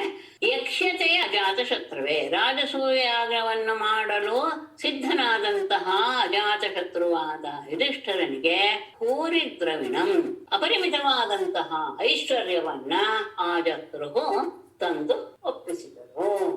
ಎಲ್ಲರೂ ಸಹ ಸಹದೇವಾದಿಗಳು ಸಹದೇವಾದಿಗಳೆಲ್ಲರೂ ಆ ದಿಕ್ಕುಗಳಿಗೆ ಹೋಗಿ ತಮ್ಮ ಪರಾಕ್ರಮದಿಂದ ಗೋಪಾಲರನ್ನೆಲ್ಲ ಗೆದ್ದು ಯಾಗ ಮಾಡಲು ಸಿದ್ಧನಾದ ಧರ್ಮರಾಜನಿಗೆ ಹೇರಳವಾದ ಧನರಾಶಿಯನ್ನು ತಂದು ಒಪ್ಪಿಸಿದರು. ಇಷ್ಟೆಲ್ಲ ಆದ ಮೇಲೂ ಶ್ರುತ್ವಾಜಿತಂ ಜರಾಸಂಧಂ ರಪತೆ ಧ್ಯಾಯತೋ ಹರಿಃ ಆಹೋಪಾಯಂ ತಮೇವಾದ್ಯ ಉದ್ಧವೋ ಯಮುವಾಚಃ. ಜರಾಸಂಧಂ ಅಜಿತಂ ಶ್ರುತ್ವಾ ಧ್ಯಾಯತಃ ನೃಪತೇಃ ಆದ್ಯಃ ಹರಿಃ ತಂ ಏವ ಉಪಾಯಂ ಆಹ ಅಯಂ ಉದ್ಧವಃ ಉವಾಚ. ಜರಾಸಂಧನನ್ನ ಅಜಿತಂ ಇನ್ನೂ ಗೆದ್ದಿಲ್ಲ ಎನ್ನುವುದನ್ನ ಶ್ರುತ್ವ ಕೇಳಿ, ಅಂದ್ರೆ ಜರಾಸಂಧ ಇನ್ನೂ ಸಹ ಅವನ ಜೊತೆ ಯುದ್ಧ ಮಾಡಿ ಗೆದ್ದಿಲ್ಲ ಎನ್ನುವುದನ್ನ ಕೇಳಿ ಛಾಯತಃ ಚಿಂತೆಯಲ್ಲಿ ಮುಳುಗಿದ ನೃಪತೇಹೇ ಯುಧಿಷ್ಠಿರನಿಗೆ ಆತ್ಯಃ ಹರಿಹೇ ಪರಪುರುಷನಾದಂತಹ ಕೃಷ್ಣನು ತಮೇವ ಉಪಾಯಂ ಆಹ ಅದೇ ಉಪಾಯವನ್ನ ಆತನಿಗೆ ತಿಳಿಸಿದ. ಯಾವುದೋ ಯಂ ಯಾವ ಉಪಾಯವನ್ನು ಉದ್ಧವನು ವಾಚ ಆ ಸಭೆಯಲ್ಲಿ ತಿಳಿಸಿದ್ದನೋ ಅದೇ ಉಪಾಯವನ್ನ, ಅಂತಂದ್ರೇನೋ ಬ್ರಾಹ್ಮಣರ ವೇಷದಲ್ಲಿ ಹೋಗಿ ಆತನನ್ನು ದ್ವಂದ್ವ ಯುದ್ಧದಲ್ಲಿ ಗೆಲ್ಲುವುದು ಎನ್ನುವಂತಹ ಉಪಾಯ ಯಾವ್ದು ಹೇಳಿದ್ದ ಉದ್ಧವ ಆ ವಿಷಯವನ್ನ ಆ ಉಪಾಯವನ್ನ ಅದರಿಂದ ಈಗ ಎಲ್ಲ ಸೇನೆ ತಗೊಂಡು ಹೋಗಿ ಎಲ್ಲ ದಿಕ್ಕುಗಳಿಗೆ ಹೋಗಿ ಗೆದ್ದುಕೊಂಡು ಬರುವಂತಹ ರೀತಿ ಅಲ್ಲ ಜರಾಸಂಧನನ್ನ ಗೆಲ್ಲೋದು. ಹಾಗಾಗಿ ಜರಾಸಂಧ ಒಬ್ಬ ಉಳ್ಕೊಂಡಿದ್ದಾನೆ, ಅವನನ್ನ ಗೆಲ್ಲುವ ರೀತಿ ಇದು ಅನ್ನೋದನ್ನ ಸಭೆಯಲ್ಲಿ ನಡೆದಂತಹ ಉದ್ಧವನ ಮಾತನ್ನ ಇಲ್ಲಿ ಆ ಉಪಾಯವನ್ನ ಆತ ಧರ್ಮರಾಯನಿಗೆ ತಿಳಿಸಿದ. ಅದಾದ್ಮೇಲೆ ಈಗ ಜರಾಸಂಧನನ್ನು ಗೆಲ್ಲಕ್ಕೆ ಹೊರಟರು. ಭೀಮಸೇನೋ ಅರ್ಜುನ ಕೃಷ್ಣ ಬ್ರಹ್ಮಲಿಂಗಧರಾಶ್ರಯ ಜಗ್ಮುಹು ಗಿರಿವ್ರಜಂ ತಾತ ಬೃಹದ್ರಥ ಸುತೋ ಯತಃ. ಭೀಮಸೇನಃ ಅರ್ಜುನಃ ಕೃಷ್ಣಃ ತ್ರಯಃ ಬ್ರಹ್ಮಲಿಂಗಧರಾಃ ತಾತ ಯತಃ ಬೃಹದ್ರಥ ಸುತಃ ತತ್ರ ಗಿರಿವ್ರಜಂ ಜಗ್ಮುಹು. ಭೀಮಸೇನಃ ಭೀಮ, ಅರ್ಜುನ ಕೃಷ್ಣ ತ್ರಯಃ ಈ ಮೂರು ಜನ ಬ್ರಹ್ಮಲಿಂಗಧರಾಃ ಬ್ರಾಹ್ಮಣರ ವೇಷವನ್ನು ಧರಿಸಿದವರಾಗಿ ತಾತ ಪರೀಕ್ಷಿತನೇ ಯತಃ ಬೃಹದ್ರಥ ಸುತಃ ಎಲ್ಲಿ ಜರಾಸಂಧನು ಇದಾನೋ ಅಂತಹ ಗಿರಿವ್ರಜಂ ಆತನ ದೇಶವಾದ ಗಿರಿವ್ರಜಕ್ಕೆ ಜಗ್ಮುಹು ಹೋದರು. ಈ ಮೂರು ಜನ ಭೀಮಸೇನ ಅರ್ಜುನ ಕೃಷ್ಣ ಮೂರು ಜನರು ಸಹ ಬ್ರಾಹ್ಮಣ ವೇಷವನ್ನು ಧರಿಸಿ ಜರಾಸಂಧ ಎಲ್ಲಿ ರಾಜಭಾರ ಮಾಡ್ತಾ ಇದ್ದಾನೋ ಅಂತಹ ಗಿರಿವ್ರಜಕ್ಕೆ ಅವರೆಲ್ಲರೂ ಹೋದರು. ಹೋಗಿ ಏನ್ ಮಾಡಿದ್ರು? ತೇಗತ್ವಾತಿಚ್ಛ ವೇಲಾಯಾಂ ಗೃಹೇಶು ಗೃಹಮೇಧಿನಂ ಬ್ರಹ್ಮಣ್ಯಂ ಸಮಯಾಚೇರನ್ ರಾಜನ್ಯಾಃ ಬ್ರಹ್ಮಲಿಂಗಿನಃ ರಾಜನ್ಯಾಃ ತೇ ಗೃಹೇಶು ಗೃಹಮೇಧಿನಂ ಬ್ರಹ್ಮಣ್ಯಂ ಆತಿಥ್ಯ ವೇಲಾಯಾಂ ಗತ್ವಾ ಸಮಯಾಚರನ್. ಬ್ರಹ್ಮಲಿಂಗಿನಃ ಬ್ರಾಹ್ಮಣರ ವೇಷವನ್ನು ಧರಿಸಿದಂತಹ ರಾಜನ್ಯಾಹ ಕ್ಷತ್ರಿಯರಾದಂತಹ ತೇ ಆ ಮೂರು ಜನರು ಗೃಹೇಶು ಗೃಹಸ್ಥನ ಧರ್ಮಗಳಲ್ಲಿ ಗೃಹಮೇಧಿನಂ ಅದರ ಧರ್ಮಗಳನ್ನ ಪಾಲಿಸುವಂತಹ ಗಾರ್ಹಸ್ಥ್ಯವನ್ನ ಪಾಲಿಸುವಂತಹ ಅಷ್ಟೇ ಅಲ್ಲ ಬ್ರಹ್ಮಣ್ಯಂ ಬ್ರಾಹ್ಮಣರೇ ಬಗ್ಗೆ ಅತ್ಯಂತ ಗೌರವವನ್ನು ಹೊಂದಿರುವಂತಹ ಜರಾಸಂಧನನ್ನ ಆತಿಥ್ಯ ವೇಳಾಯಾಂ ಅತಿಥಿ ಸತ್ಕಾರದ ಸಂದರ್ಭದಲ್ಲಿ ಆತನನ್ನ ಗತ್ವ ಅಂದ್ರೆ ಆತನನ್ನ ಭೇಟಿ ಮಾಡಿ ಸಮಯಾಚೇರನ್ ಸಮಯಾಚಂತ ಇರಬೇಕು ಸಮಯಾಚೇರನ್ ಅಂತ ಹಾಕಿದ್ದಾರೆ. ಅಂದ್ರೆ ಅವರು ಬಹಳ ಯೋಗ್ಯವಾದ ರೀತಿಯಲ್ಲಿ ಆತನನ್ನ ಭಿಕ್ಷೆ ಬೇಡಿದರು. ಏನಂತ ಅಂತ ಮತ್ತೆ ಹೇಳ್ತಾರೆ. ಜರಾಸಂಧ ಅತ್ಯಂತ ಬ್ರಾಹ್ಮಣರ ಬಗ್ಗೆ ಗೌರವವನ್ನು ಹೊಂದಿರುವಂತಹ ವ್ಯಕ್ತಿ. ಅಷ್ಟೇ ಅಲ್ಲ, ಗೃಹಸ್ಥ ಧರ್ಮವನ್ನ ಯೋಗ್ಯ ರೀತಿಯಲ್ಲಿ ಪರಿಪಾಲಿಸುವಂತಹವನು, ಅತಿಥಿ ಸತ್ಕಾರ ಮಾಡಿದ ಮೇಲೆ ತನ್ನ ಭೋಜನಾದಿಗಳನ್ನ ಮಾಡುವಂತಹವನು. ಹಾಗೆ ಆದಾಗ ಅತಿಥಿ ಸತ್ಕಾರದ ಸಂದರ್ಭದಲ್ಲಿ ಅತಿಥಿಗಳು ಏನೇ ಕೇಳಿದರೂ ಸಹ ಕೊಡುವಂತಹದ್ದು ಒಂದು ನಿಯಮ. ಹಾಗೆ ಆ ಅತಿಥಿ ಸತ್ಕಾರದ ಸಂದರ್ಭದಲ್ಲಿ ಅವನನ್ನ ಹೋಗಿ ಎಲ್ಲರೂ ಬೇಡಿದರು. ಏನಂತ? ರಾಜನ್ ವಿದ್ಯತಿನ್ ಪ್ರಾಪ್ತಾನ್ ಅರ್ಥಿನೋ ದೂರಮಾಗತಾನ್ ತನ್ನ ಪ್ರಯಚ್ಛ ಭದ್ರಂತೆ ಯದ್ವಯಂ ಕಾಮಯಾಮಹೇ. ರಾಜನ್ ದೂರಂ ಆಗತಾನ್ ಅತಿಥೇನ್ ವಿದ್ಧಿ ಪ್ರಾಪ್ತಾನ್ ಅರ್ಥಿನಃ.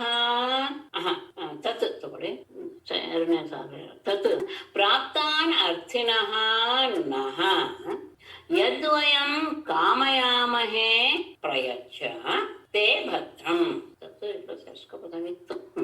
ರಾಜನೇ ಜರಾಸಂಧನಿಗೆ ಹೇಳೋದು, ಇವರುಗಳು ಬಂದವರು, ದೂರಂ ಆಗತಾನ್ ದೂರದಿಂದ ಬಂದಂತಹ ಅತಿಥೇನ್ ವಿದ್ಧಿ ಅತಿಥಿಗಳು ಅಂತ ನಮ್ಮನ್ನ ನೀನು ತಿಳಿ. ತತ್ ಆದ್ದರಿಂದ ಪ್ರಾಪ್ತಾನ್ ಅರ್ಥಿನಃ ಇಲ್ಲಿಗೆ ಬಂದು ನಿನ್ನನ್ನ ಬೇಡೋದಕ್ಕೆ ಬಂದಂತಹ ನಹ ನಮಗೆ ಯತ್ ವಯಂ ಕಾಮಯಾಮಹೆ ಯಾವುದನ್ನ ನಾವು ಅಪೇಕ್ಷೆ ಪಡ್ತೀವೋ ಅದನ್ನ ಪ್ರಯಚ್ಛ ಕೊಡು. ತೇ ಭದ್ರಂ ನಿನಗೆ ಮಂಗಲವಾಗಲಿ. ಅವನು ಅವರ ಹತ್ರ ಹೋಗಿ ಹೇಳಿದ, ನಾವು ಬಹಳ ದೂರದಿಂದ ಬಂದಂತಹ ಅತಿಥಿಗಳು, ಹಾಗಾಗಿ ನಾವು ನಿನ್ನ ಅಲ್ಲಿ ಬೇಡುವುದಕ್ಕೂ ಸಹ ಬಂದಿದ್ದೇವೆ. ಬಂದಂತಹ ಯಾಚಕರು ಅಂತ ನೀನು ನಮ್ಮನ್ನ ಭಾವಿಸಿ ನಾವು ಯಾವುದನ್ನ ಬೇಡ್ತೇವೋ ಬೇಡುವಂತಹ ವಸ್ತುವನ್ನ ನಮಗೆ ನೀನು ಕೊಡು, ನಿನಗೆ ಮಂಗಲವಾಗುತ್ತೆ. ಏನು ಕೊಡೋದಪ್ಪ, ಏನು ಇದು ಅಂತ ಕೇಳೇ ಇಲ್ವಲ್ಲ, ಹೇಗೆ ಕೊಡಕ್ಕಾಗತ್ತೆ ಅಂತ ನೀನು ಭಾವಿಸಬೇಡ. ಯಾಕೆ ಅಂದ್ರೆ ಲೋಕದಲ್ಲಿ ಕೊಡದೇ ಇರುವಂತಹ ವಸ್ತು ಇಲ್ಲವೇ ಇಲ್ಲ ಮಹಾಪುರುಷರಿಗೆ. ಕಿಂ ದುರ್ಮರ್ಷಂ ಸಿತಿಕ್ಷೂಣಾಂ ಕಿಮ ಕಾರ್ಯಂ ಅಸಾಧುಭಿಃ ಕಿಂ ನ ದೇಯಂ ವದಾನ್ಯಾನಾಂ ತತ್ಪರಸ್ತಮದರ್ಶಿನಾಂ. ಹೇಳಿ ಇದಕ್ಕೆ ಪೀಠಿಕೆಯಾಗಿ ಶ್ರೀಧರಿಯರು ಒಂದು ವಿಷಯವನ್ನು ಹೇಳಿದ್ದಾರೆ. ನಿಮ್ಗೆ ಹೇಳ್ಬೇಕು ಅನ್ನಿಸ್ತು, ಅದನ್ನ ಹೇಳ್ತಾ ಇದ್ದೇನೆ. ಇದರ ಅರ್ಥ ಹೇಳ್ಬಿಟ್ಟು ಅದನ್ನ ಹೇಳ್ತೇನೆ, ಅವಾಗ ಚೆನ್ನಾಗಿ ಅರ್ಥ. ತಿತಿಕ್ಷೂಣಾಂ ಅತ್ಯಂತ ಸಹನಾಶೀಲರಿಗೆ ಕಿಂ ದುರ್ಮರ್ಷಂ ಯಾವುದನ್ನ ತಾನೇ ಸಹಿಸ್ಕೊಳಕ್ ಆಗೋದಿಲ್ಲ. ಅತ್ಯಂತ ಸಹನಾ ಸ್ವಭಾವ ಇರುವಂತಹ ವ್ಯಕ್ತಿಗಳಿಗೆ ಪ್ರತಿಯೊಂದನ್ನು ಸಹ ಸಹಿಸ್ಕೊಳ್ಬಹುದು. ಯಾಕೆಂದ್ರೆ ಆ ಸಹನೆ ಎನ್ನುವುದು ಅವರಲ್ಲಿ ರಕ್ತಗತವಾಗಿ ಬಂದು ಬಿಟ್ಟಿರುತ್ತೆ. ಹಾಗಾಗಿ ಪ್ರತಿಯೊಂದನ್ನು ಅವರು ಸಹಿಸ್ಕೊಳ್ತಾರೆ. ದುರ್ಮರ್ಷಂ ಕಿಂ ಅಂತ ಸಹಿಸಿಕೊಳ್ಳದೆ ಇರೋದು ಯಾವುದಿದೆ ಅಂತವರಿಗೆ. ಹಾಗಾಗಿನೇ ಇನ್ನೊಂದು ವಿರುದ್ಧವಾದಂತಹದ್ದು ಕೊಡ್ತಾರೆ, ಅಸಾಧುಭಿಃ ಕಿಂ ಕಾರ್ಯಂ. ದುಷ್ಟರಿಗೆ ಅಕಾರ್ಯ ಅನ್ನೋದು ಯಾವುದಿದೆ, ಯಾವುದನ್ನು ಬೇಕಾದ್ರೂ ಅದು ಅತ್ಯಂತ ಕೆಟ್ಟ ಕಾರ್ಯವನ್ನು ಸಹ ದುಷ್ಟರು ಮಾಡಿ ಬಿಡ್ತಾರೆ. ಹಾಗೆ ದುಷ್ಟರು ಮಾಡದೇ ಇರುವಂತಹ ಕೆಟ್ಟ ಕೆಲಸ ಅನ್ನೋದು ಇಲ್ಲವೇ ಇಲ್ಲ, ಎಲ್ಲವನ್ನೂ ಅವರು ಮಾಡ್ತಾರೆ ಅಷ್ಟೇ. ಹಾಗೆ ಇದು ಸಹ ವದಾನ್ಯಾನ ದಾನಶೀಲರಾದವರಿಗೆ, ದಾನಿಗಳಿಗೆ, ಅದೇ ಸ್ವಭಾವದವರಿಗೆ ಕಿಂ ನದೇಯಂ ಯಾವುದು ತಾನೇ ಕೊಡದೇ ಇರುವಂತಹ ವಸ್ತು ಇದೆ, ಯಾವುದನ್ನು ಕೇಳೋ ಸಹ ಅವರು ಕೊಟ್ಟು ಬಿಡ್ತಾರೆ. ದದೀಶಿ ತನ್ನ ಪ್ರಾಣವನ್ನೇ ಕೊಟ್ಟು ಬೆನ್ನು ಮೂಳೆಯನ್ನೇ ಕೊಟ್ಟ ಹಾಗೆ ಪ್ರಾಣವನ್ನೇ ತೆಗೆದು ತಾನೇ ಕೊಡಬೇಕು ಬೆನ್ನು ಮೂಳೆಯನ್ನ, ಅದನ್ನೂ ಸಹ ಕೊಡುವಂಥವ್ರು ಇದ್ದಾರೆ ದಾನಶೀಲರಾದ. ಹಾಗೇನೆ ಸಮದರ್ಶನ ಎಲ್ಲರ ಬಗ್ಗೆಯೂ ಒಂದೇ ರೀತಿಯಾದಂತಹ ಭಾವ ಇರುವವರಿಗೆ ಕಹ ಪರಹ ಅವರಿಗೆ ಬೇರೆಯವರು ಅಂತ ಯಾರು ಇರ್ತಾರೆ, ಎಲ್ಲರೂ ಅವರವರೇ ಆಗಿರ್ತಾರೆ, ತಮ್ಮವರೇ ಆಗಿರ್ತಾರೆ. ಹಾಗಾಗಿ ಇಲ್ಲಿ ಮುಂದೆ ಸ್ವಯಂಕಲ್ಪ ಎನ್ನುವಂತಹ ಒಂದು ಶಬ್ದ ಇದೆ. ಸ್ವಯಂಕಲ್ಪ ಅಂದ್ರೆ ಏನರ್ಥ ಅಂದ್ರೆ ಎಲ್ಲ ರೀತಿಯ ಯೋಗ್ಯತೆ ಇದ್ದಂತಹ ವ್ಯಕ್ತಿ ಅಂತ ಅರ್ಥ. ಅಂದ್ರೆ ನಾವು ಏನು ಕೇಳಿದ್ರು ಕೊಡೋದಕ್ಕೆ ಸಾಮರ್ಥ್ಯ ಇರುವಂತ ವ್ಯಕ್ತಿ ಅವನು ಎಲ್ಲವನ್ನು ಕೊಟ್ಟೆ ಕೊಡ್ತಾನೆ. ಹಾಗಾಗಿ ಇಂಥದ್ದೇನು ಅಸಾಧ್ಯವಲ್ವಲ್ಲ ಅಂದ್ರೆ ಇಲ್ಲಿ ಹೇಳ್ತಾರೆ ಸ್ವಯಂ ಕಲ್ಪವೇ ಇರಬಹುದು, ಆದ್ರೆ ಮಕ್ಕಳನ್ನು ಕೊಡು ಅಂತ ಕೇಳ್ಬಿಟ್ರೆ ಮಕ್ಕಳ ವಿಯೋಗವನ್ನು ಸಹಿಸ್ಕೊಳಕ್ಕಾಗತ್ತೆ, ಅದನ್ನು ಕೊಡಕ್ಕಾಗತ್ತೆ. ಇಲ್ಲಿ ಹೇಳ್ತಾರೆ ನಾನು ಇದಂ ಕಾಮಯಾಮಹೇ ಇತಿ ವಿಶೇಷ ನಿರ್ದಿಶ್ಯತಾನ್. ಇದನ್ನ ನಾವು ಬಯಸ್ತಾ ಇದ್ದೀವಿ ಅನ್ನೋದನ್ನ ಸ್ಪಷ್ಟವಾಗಿ ಹೇಳ್ಬಿಡಿ. ಯಾಕೆ ಅಂದ್ರೆ ಅನ್ಯಥಾ ಯಸ್ಯ ಸ್ವಯಂಕಲ್ಪ ಯಾರು ಎಲ್ಲದರಲ್ಲೂ ಸಮರ್ಥನೆ ಆಗಿದ್ರು ಸಹ ಪುತ್ರಾದೇಹ ವಿಯೋಗ ದುಸ್ಸಹ ಮಕ್ಕಳ ವಿಯೋಗ ಅನ್ನೋದು ಅವನಿಗೆ ಸಹಿಸ್ಕೊಳಕ್ ಆಗುದಿಲ್ಲ. ಸಹಕಥಂದೇಯ ಅದನ್ನ ಹೇಗೆ ಅವನು ಕೊಡ್ತಾನೆ? ಸ್ವಯಂಕಲ್ಪ ಹೌದು, ಆದ್ರೆ ಅವನು ಕೊಡ್ತಾನೆ, ಕೊಡಕ್ ಸಾಧ್ಯವೇ? ಅಷ್ಟೇ ಇಲ್ಲ. ತಥಾ ರಾಜಮಂಡಲಂ ಕಿರೀಟಾದಿ ಅದೇಯಂ ಯತ್ ತತ್ ಭಿಕ್ಷುಭ್ಯ ಕಥಂ ದೇಯಂ. ರಾಜರ ಅಲಂಕಾರವಾದಂತಹ ಕಿರೀಟ ಮೊದಲಾದವುಗಳು ಅಂದ್ರೆ ರಾಜನನ್ನ ಸೂಚಿಸುವಂತಹ ಚಿಹ್ನೆಗಳೆಲ್ಲೂ ಸಹ ಸಿಂಹಾಸನ ಇತ್ಯಾದಿ ಅದು ಕೊಡೋದಾದ್ರೆ ಅದು ಭಿಕ್ಷುಕರಿಗೆ ಕೊಡಕ್ಕಾಗತ್ತೆ ರಾಜರ ಅಧಿಕಾರವನ್ನ, ಅದು ಅಸಂಭವಲ್ವೇ? ಹಾಗೇನೆ ತಥಾ ಅತಿರಮ್ಯಂ ರತ್ನಾಭರಣಾದಿ ಪುತ್ರಾದಿ ಯೋಗ್ಯಂ ಕಥಂ ಪರಸ್ಮೈ ದೇಯಂ. ಅಷ್ಟೇ ಅಷ್ಟೇ ಅಲ್ಲ, ಮನೆಯಲ್ಲಿ ಅತ್ಯಂತ ಅಮೂಲ್ಯವಾದಂತಹ ರತ್ನ, ಅದು ನಮ್ಮ ಮಕ್ಕಳಿಗೆ ಆಗಬೇಕು, ಮಕ್ಕಳು ಮಾತ್ರ ಅದನ್ನ ಧರಿಸಬೇಕು ಅಂತ ವಂಶದಿಂದ ಬಂದಂತಹ ಆ ವಸ್ತುಗಳನ್ನ ಇನ್ನೊಬ್ಬರಿಗೆ ಕೊಡಕ್ಕಾಗತ್ತೆ?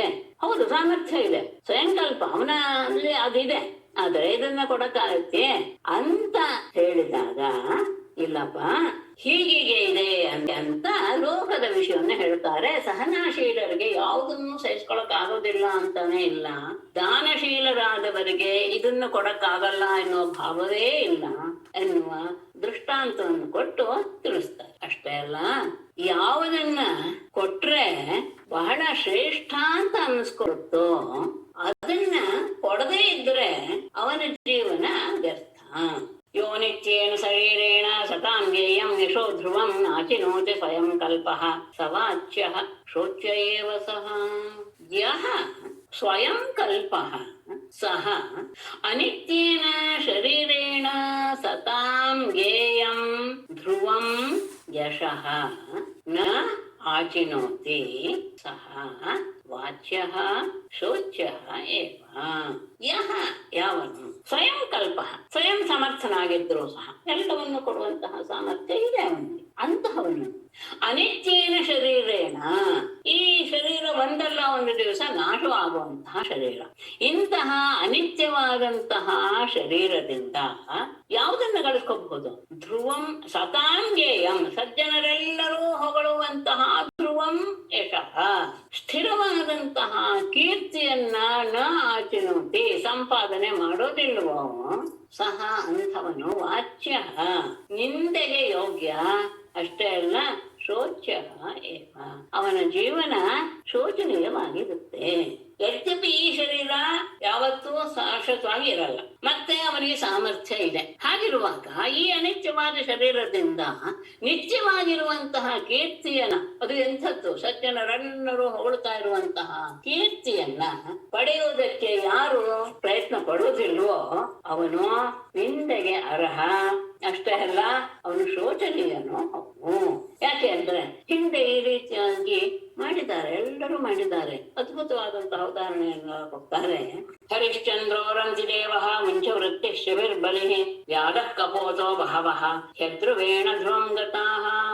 ಹರಿಶ್ಚಂದ್ರ ರಂತಿದೇವ ಮುಂಚವೃತ್ತಿ ಶಿಬಿಃ ಬಲಿಃ ವ್ಯಾಧಃ ಕಪೋತಃ ಬಹವಃ ಅಧ್ರುವೇಣ ಧ್ರುವಂ ಗತಾಃ. ಅನಿತ್ಯವಾದದ್ರಿಂದ ನಿತ್ಯವಾದದ್ದನ್ನ ಕೀರ್ತಿಯನ್ನ ಪಡ್ಕೊಂಡವರು ಬೇಕಾದಷ್ಟು ಜನ ಇದ್ದಾರೆ. ಹರಿಶ್ಚಂದ್ರನ ಕಥೆ ಗೊತ್ತೇ ಇದೆ. ಅವನು ಎಂತಹ ಸತ್ಯವಂತ, ಅವನು ತನ್ನ ಮಗನನ್ನ ಹೆಂಡತಿಯನ್ನ ತನ್ನನ್ನೂ ಸಹ ಮಾಡಿಕೊಂಡು ತನ್ನ ಸತ್ಯವಂತಿಕೆಯನ್ನು ತೋರಿಸಿದ, ಗೊತ್ತಿರೋ ವಿಷಯ. ಆಮೇಲೆ ರಂತಿದೇವ, ಈ ರಂತಿದೇವ ಎನ್ನುವಂಥವನು ಒಬ್ಬ ರಾಜನೇ, ಅವನು ರಾಜನ ಮಗನೇ. ಆತ ಒಮ್ಮೆ ಪತ್ನಿ ಪುತ್ರ ಜೊತೆಗೆ, ಪರಿವಾರದ ಜೊತೆಗೆ ಅರಣ್ಯದಲ್ಲಿ ತಪಸ್ಸು ಮಾಡ್ತಾ ಅತ್ಯಂತ ದೈನ್ಯ ಅಂತಹವನು ಒಮ್ಮೆ 48 ದಿನಗಳವರೆಗೆ ಉಪವಾಸ ಮಾಡಿದ. 49ನೆಯ ದಿನ ಅಂದ್ರೆ ವ್ರತದ ಲೆಕ್ಕದಲ್ಲಿ 49ನೆಯ ದಿನ ಅವನಿಗೆ ದಿವ್ಯವಾದಂತಹ ಭೋಜನ ದೇವಲೋಕದಿಂದಲೇ ಬಂತು. ಅದನ್ನೇನ್ ಮಾಡ್ದ ರಂತಿದೇವ? ಅದನ್ನ ಪತ್ನಿಗೆ ಪುತ್ರರಿಗೆ ತನ್ನ ಪರಿವಾರದವರಿಗೆಲ್ಲ ಹಂಚಿ ತಾನಿನ್ನೇನು ಊಟ ಮಾಡ್ಬೇಕು ಅಂತ ಅನ್ಕೊಳ್ತಾ ಇದ್ದ. ಅಷ್ಟರಲ್ಲಿ ಒಬ್ಬ ಬ್ರಾಹ್ಮಣ ಬರ್ತಾನೆ ಹಸ್ಕೊಂಡು. ಹಸಿದಂತಹ ಬ್ರಾಹ್ಮಣನಿಗೆ ಅನ್ನವನ್ನ ಅವನಿಗೆ ಕೊಟ್ಟುಬಿಟ್ಟು ಸ್ವಲ್ಪ ಉಳಿದಿರುತ್ತೆ ಅನ್ನ. ಅವನು ಹೋಗಿ ಇನ್ನೇನು ಸ್ವಲ್ಪ ಉಳಿದಂತಹ ಅನ್ನವನ್ನ ತಗೋಬೇಕು ಅನ್ನೋ ಹತ್ರ ಬರ್ತಾನೆ. ನನಗೆ ಬಹಳ ಹಸುವಾಗ್ಬಿಟ್ಟಿದೆ, ಏನಾದ್ರೂ ಕೊಡು. ಅವನಿಗೂ ಅದನ್ನ ಕೊಟ್ಬಿಟ್ಟ. ಅವನು ಸಹ ತೃಪ್ತಿಯಾಗಿ ಹೊಟ್ಟು ಹೋದ. ಅಲ್ಪ ಸ್ವಲ್ಪ ಇನ್ನೊಂದಷ್ಟು ಉಳಿದಿತ್ತು. ಆಗ ಸಂದರ್ಭದಲ್ಲಿ ಒಬ್ಬ ಬೇಡ ನಾಯಿಗಳ ಜೊತೆಗೆ ಬಂದು ಬಹಳ ಹಸಾಗ್ತಾ ಇದೆ, ಅನ್ನವನ್ನು ಕೊಡು ಅಂತಿದೇವ. ಎಲ್ಲ ಅನ್ನವನ್ನು ಸಹ ಅವನಿಗೆ ಕೊಟ್ಬಿಟ್ಟು ಆ ಬೇಡರಿಗೂ ನಾಯಿಗಳಿಗೂ ಸಹ ಅಂದ್ರೆ ಅತಿಶಕ್ಕಾದ ರೀತಿಯಲ್ಲಿ ಅವರಿಗೆ ನಮಸ್ಕಾರನೂ ಮಾಡ್ತಾನೆ. ಎಲ್ಲ ಮುಗಿದು ಹೋಯ್ತು. ರಂತಿದೇವನಿಗೆ ಉಳಿದಿದ್ದು ನೀರು ಮಾತ್ರ. ಆ ನೀರನ್ನು ಕುಡಿಬೇಕು ಅಂದ್ಕೊಂಡಾಗ ಅದರಿಂದ ಹಸಿ ಇಂಗಿಸ್ಕೊಳ್ಳೋಣ ಅಂದಾಗ ಒಬ್ಬ ಕೊಲೆಯ ಬಂದು ನನಗೆ ತುಂಬಾ ಬಾಯಾರಿಕೆ ನೀರನ್ನು ಕೊಡಿ, ಅದನ್ನೂ ಸಹ ಅವನಿಗೆ ದಾನ ಮಾಡಿ ಹಸಿವು ಬಾಯಾರಿಕೆ ಎಲ್ಲ ಇದೆ, ಆದ್ರೆ ಮನಸ್ಸಿನಲ್ಲಿ ಯಾವ ರೀತಿಯ ವಿಕಾರವೂ ಆಗಿಲ್ಲ. ಅಲ್ಲ, ನೀವು ಸ್ವಲ್ಪ ಯೋಚನೆ ಮಾಡಿ, ಕಥೆ ಹೇಳುವಾಗ ಹೌದು ಹೌದು ಅನ್ಸುತ್ತೆ, ಆ ಅವಸ್ಥೆಯನ್ನು ಯಾವ ಭಾವವನ್ನು ಹೊಂದಿರ್ತೀವಿ ಅಂತ ಸಾಮಾನ್ಯವಾದಂತ ದಿನನಿತ್ಯದ ವ್ಯವಹಾರದಲ್ಲಿ. ಆಗ ಬಂದವರೆಲ್ಲರೂ ಸಹ ಆತನನ್ನ ಪರೀಕ್ಷೆ ಮಾಡಕ್ ಬಂದಂತಹ ದೇವತೆಗಳೇ ಆಗಿರ್ತಾರೆ. ಆ ದೇವತೆಗಳೆಲ್ಲರೂ ಸಹ ಅವನ ಮುಂದೆ ಪ್ರತ್ಯಕ್ಷರಾಗ್ತಾರೆ. ಬಂದಂತಹ ಎಲ್ಲ ದೇವತೆಗಳಿಗೂ ಅವನು ನಮಸ್ಕಾರ ಮಾಡ್ತಾನೆ. ಆದ್ರೆ ಯಾವ ವರವನ್ನು ಸಹ ಅವನು ಕೇಳುತ್ತಿಲ್ಲ. ಮನಸ್ಸಿನ ನಿಗ್ರಹ ಹೇಗಿರಕ್ಕೆ ಸಾಧ್ಯ? ಆಗ ದೇವತೆಗಳ ಅನುಗ್ರಹವಾಗುತ್ತೆ, ರಂತಿದೇವನಿಗೆ ಆತ್ಮಜ್ಞಾನವಾಗುತ್ತೆ, ಆತ ಮೋಕ್ಷವನ್ನೇ ಪಡೆದು ಬಿಡ್ತಾನೆ. ಅಷ್ಟೇ ಅಲ್ಲ, ಆ ರಂತಿದೇವನ ಜೊತೆಗೆ ಇದ್ದಂತಹ ಉಳಿದವರಿಗೂ ಸಹ ಪರಮಯೋಗಿಗಳಾಗಿ ಅವರಿಗೂ ಸಹ ಬಿಡುಗಡೆ ಆಗುತ್ತೆ ಅನ್ನೋದು ರಂತಿದೇವನ ಕಥೆ. ಇದು ಹಾವೇ ಇರುವಂತಹ ರಂತಿದೇವ. ಆಯ್ತಾ? ಮುಂಚವೃತ್ತಿಗೆ ಮುದ್ಗಲ ಎನ್ನುವಂತಹ ಒಬ್ಬ ವ್ಯಕ್ತಿಯನ್ನ ಉದಾಹರಣೆಯಾಗಿ ಕೊಡ್ತಾರೆ. ಆ ಮುದ್ಗಲ ಎನ್ನುವಂತಹ ಆತ ದುರ್ವಾಸ ಮುದ್ಗಲನ ಮನಸ್ಥಿತಿ ಹೇಗಿರುತ್ತೆ ಅನ್ನೋದನ್ನ ಪರೀಕ್ಷೆ ಮಾಡೋದಕ್ಕೋಸ್ಕರ ದುರ್ವಾಸ ಹೆಸರೇ ಕೇಳಿದಾಗ ಹೆಂಗ್ ಗೊತ್ತಾಗುತ್ತೆ. ಆತ ಪದೇ ಪದೇ ಬಂದು ಆತನಿಗೆ, ಅಂದ್ರೆ ತಾನು ಅತಿಥಿಯಾಗಿ ಹೋಗಿ ಆತನ ಮನಸ್ಥಿತಿ ಹೇಗಿದೆ ಅಂತ ಪರೀಕ್ಷೆ ಮಾಡ್ಬೇಕು ಅಂತ ಬಹಳವಾಗಿ ಯಾವಾಗಲೂ ಆತ ತನ್ನ ಮನಸ್ಸಿನ ಇದನ್ನ ಕೆಡಿಸ್ಕೊಳ್ಳೋದಿಲ್ಲ, ವೃತ್ತಿಯನ್ನ. ಬಂದಂತಹ ಪ್ರತಿಯೊಬ್ಬರಿಗೂ ಸಹ ಹಾಗೇ ಸತ್ಕಾರ ಮಾಡ್ತಾನೆ. ಅವನು ಹೇಗೆ ಮಾಡ್ತಿದ್ದ ಅಂದ್ರೆ, ಎಲ್ಲ ಕಡೆ ವೃತ್ತಿ ಅಂದ್ರೆ ಆ ಧಾನ್ಯಗಳೆಲ್ಲ ಬೆಳೆದಿರುತ್ತಲ್ಲ, ಆ ಬೆಳೆದಿರುವಂತಹ ಆ ಹೊಲಗಳಿಗೆ ಹೋಗಿ ಬಿದ್ದಿರುವಂತಹದ್ದು, ಇದ್ರಲ್ಲಿರೋದಲ್ಲ, ಸಸಿಯಲ್ಲಿರೋದಲ್ಲ, ಬಿದ್ದಿರುವಂತಹ ಕಾಳನ್ನ ಹೆಕ್ಕಿಕೊಂಡು ಬಂದು ಅದನ್ನ ಆಹಾರವಾಗಿ ಸೇವಿಸೋದು ವೃತ್ತಿ ಅಂತ ಅನಿಸ್ಕೊಳ್ಳೋದು. ಅಂತಹ ವೃತ್ತಿಯಿಂದ ಅವನು ಕಾಳುಗಳನ್ನೆಲ್ಲ ಕೂಡಿ ಹಾಕಿ ಆ ಧಾನ್ಯದಿಂದ ಬಂದಂತಹ ಯಾಚಕರಿಗೆಲ್ಲ ಆಹಾರ ಮಾಡಿ ಕೊಟ್ಟು ಕಳಿಸ್ತಾ ಇದ್ನು. ಅದಕ್ಕೆ ವೃತ್ತಿಗೆ ಮುದ್ಗಲನನ್ನು ತಗೋತಾರೆ. ಆತ ಮಾಡಿದಂತಹ ಪುಣ್ಯದಿಂದ ಆತನಿಗೆ ಸ್ವರ್ಗ ಸಿಗುತ್ತೆ. ದೇವತೆಗಳೆಲ್ಲರೂ ಸಹ ಒಂದು ದಿವಸ ವಿಮಾನವನ್ನು ಕಳಿಸ್ತಾರೆ. ಆಗ ಮುದ್ಗಲ ಕೇಳ್ತಾನಂತೆ, ಆ ದೇವಲೋಕ ಅನ್ನೋದು ಹೇಗಿದೆ ಅಂತ. ಅವ್ರು ಹೇಳ್ತಾರಂತೆ, ಅಲ್ಲಿ ಅನೇಕ ರೀತಿಯ ಭೋಗಭಾಗ್ಯಗಳೆಲ್ಲ ಇದೆ. ನೀನು ಈಗ ಎಷ್ಟು ಪುಣ್ಯವನ್ನು ಮಾಡಿದೆಯೋ ಆ ಪುಣ್ಯ ಎಲ್ಲ ವ್ಯಯವಾಗುವವರೆಗೂ ನೀನು ಅಲ್ಲಿ ಸುಖವಾಗಿರ್ಬೋದು. ಆಗ ಅವನು ಕೇಳ್ತಾನಂತೆ ಮುದ್ದಲ್ಲ, ಆಯ್ತು ಸುಖವಾಗಿರುತ್ತೆ, ಆಯ್ತು ಮುಗಿದ ಮೇಲೆ ಏನು ಅಂತ ಕೇಳಿದಾಗ, ಪುಣ್ಯ ಎಲ್ಲ ಮುಗಿದ ಮೇಲೆ ನೀನು ಮತ್ತೆ ಇಲ್ಲಿಗೆ ಬರ್ಬೇಕಾಗುತ್ತೆ ಅಂತ. ಆಗ ಅವನು ಹೇಳ್ತಾನಂತೆ, ನನಗೆ ಆ ತರದ ಅದ್ಭುತವಾದ ಸುಖ ಬೇಕಿಲ್ಲ, ನನಗೆ ಶಾಶ್ವತ ಸುಖವೇ ಬೇಕು ಅಂತ ಹೇಳಿ ವಿಮಾನವನ್ನ ವಾಪಸ್ ಕಳಿಸಿಬಿಡ್ತಾನೆ. ಆಮೇಲೆ ಆತನಿಗೆ ಆತನ ಭಾವದಿಂದ ಆತನಿಗೆ ಆತ್ಮಜ್ಞಾನ ಬಂದು ಅವನು ಮೋಕ್ಷವನ್ನು ಪಡಿತಾನೆ ಎನ್ನುವುದು ವೃತ್ತಿಯಲ್ಲಿ ಬರೆದಂತಹ ಮುದ್ಗಲನ ವಿಷಯ. ಶಿಬಿಯ ವಿಷಯ, ಪಾರಿವಾಳದ ರಕ್ಷಣೆಗೋಸ್ಕರ ತನ್ನ ದೇಹವನ್ನೇ ಒಪ್ಪಿಸಿಬಿಟ್ಟ. ಬಲಿ ಆತನು ಸಹ ತನ್ನ ಮಾತಿಗೆ ಬಗ್ಗೆ ವಾಮನನಿಗೆ ಸರ್ವಸ್ವವನ್ನು ಒಪ್ಪಿಸಿಬಿಡ್ತಾನೆ, ಇದು ಗೊತ್ತಿದೆ. ಆಮೇಲೆ ವ್ಯಾಧ ಮತ್ತು ಕಪೋತ ತಗೋತಾರೆ. ಬೇಡ ಒಂದು ಮರದ ಕೆಳಗೆ ಬಂದು ಹಸಿವಿನಿಂದ ತುಂಬಾ ಒದ್ದಾಡಿ ಕೂತಿರ್ತಾನೆ.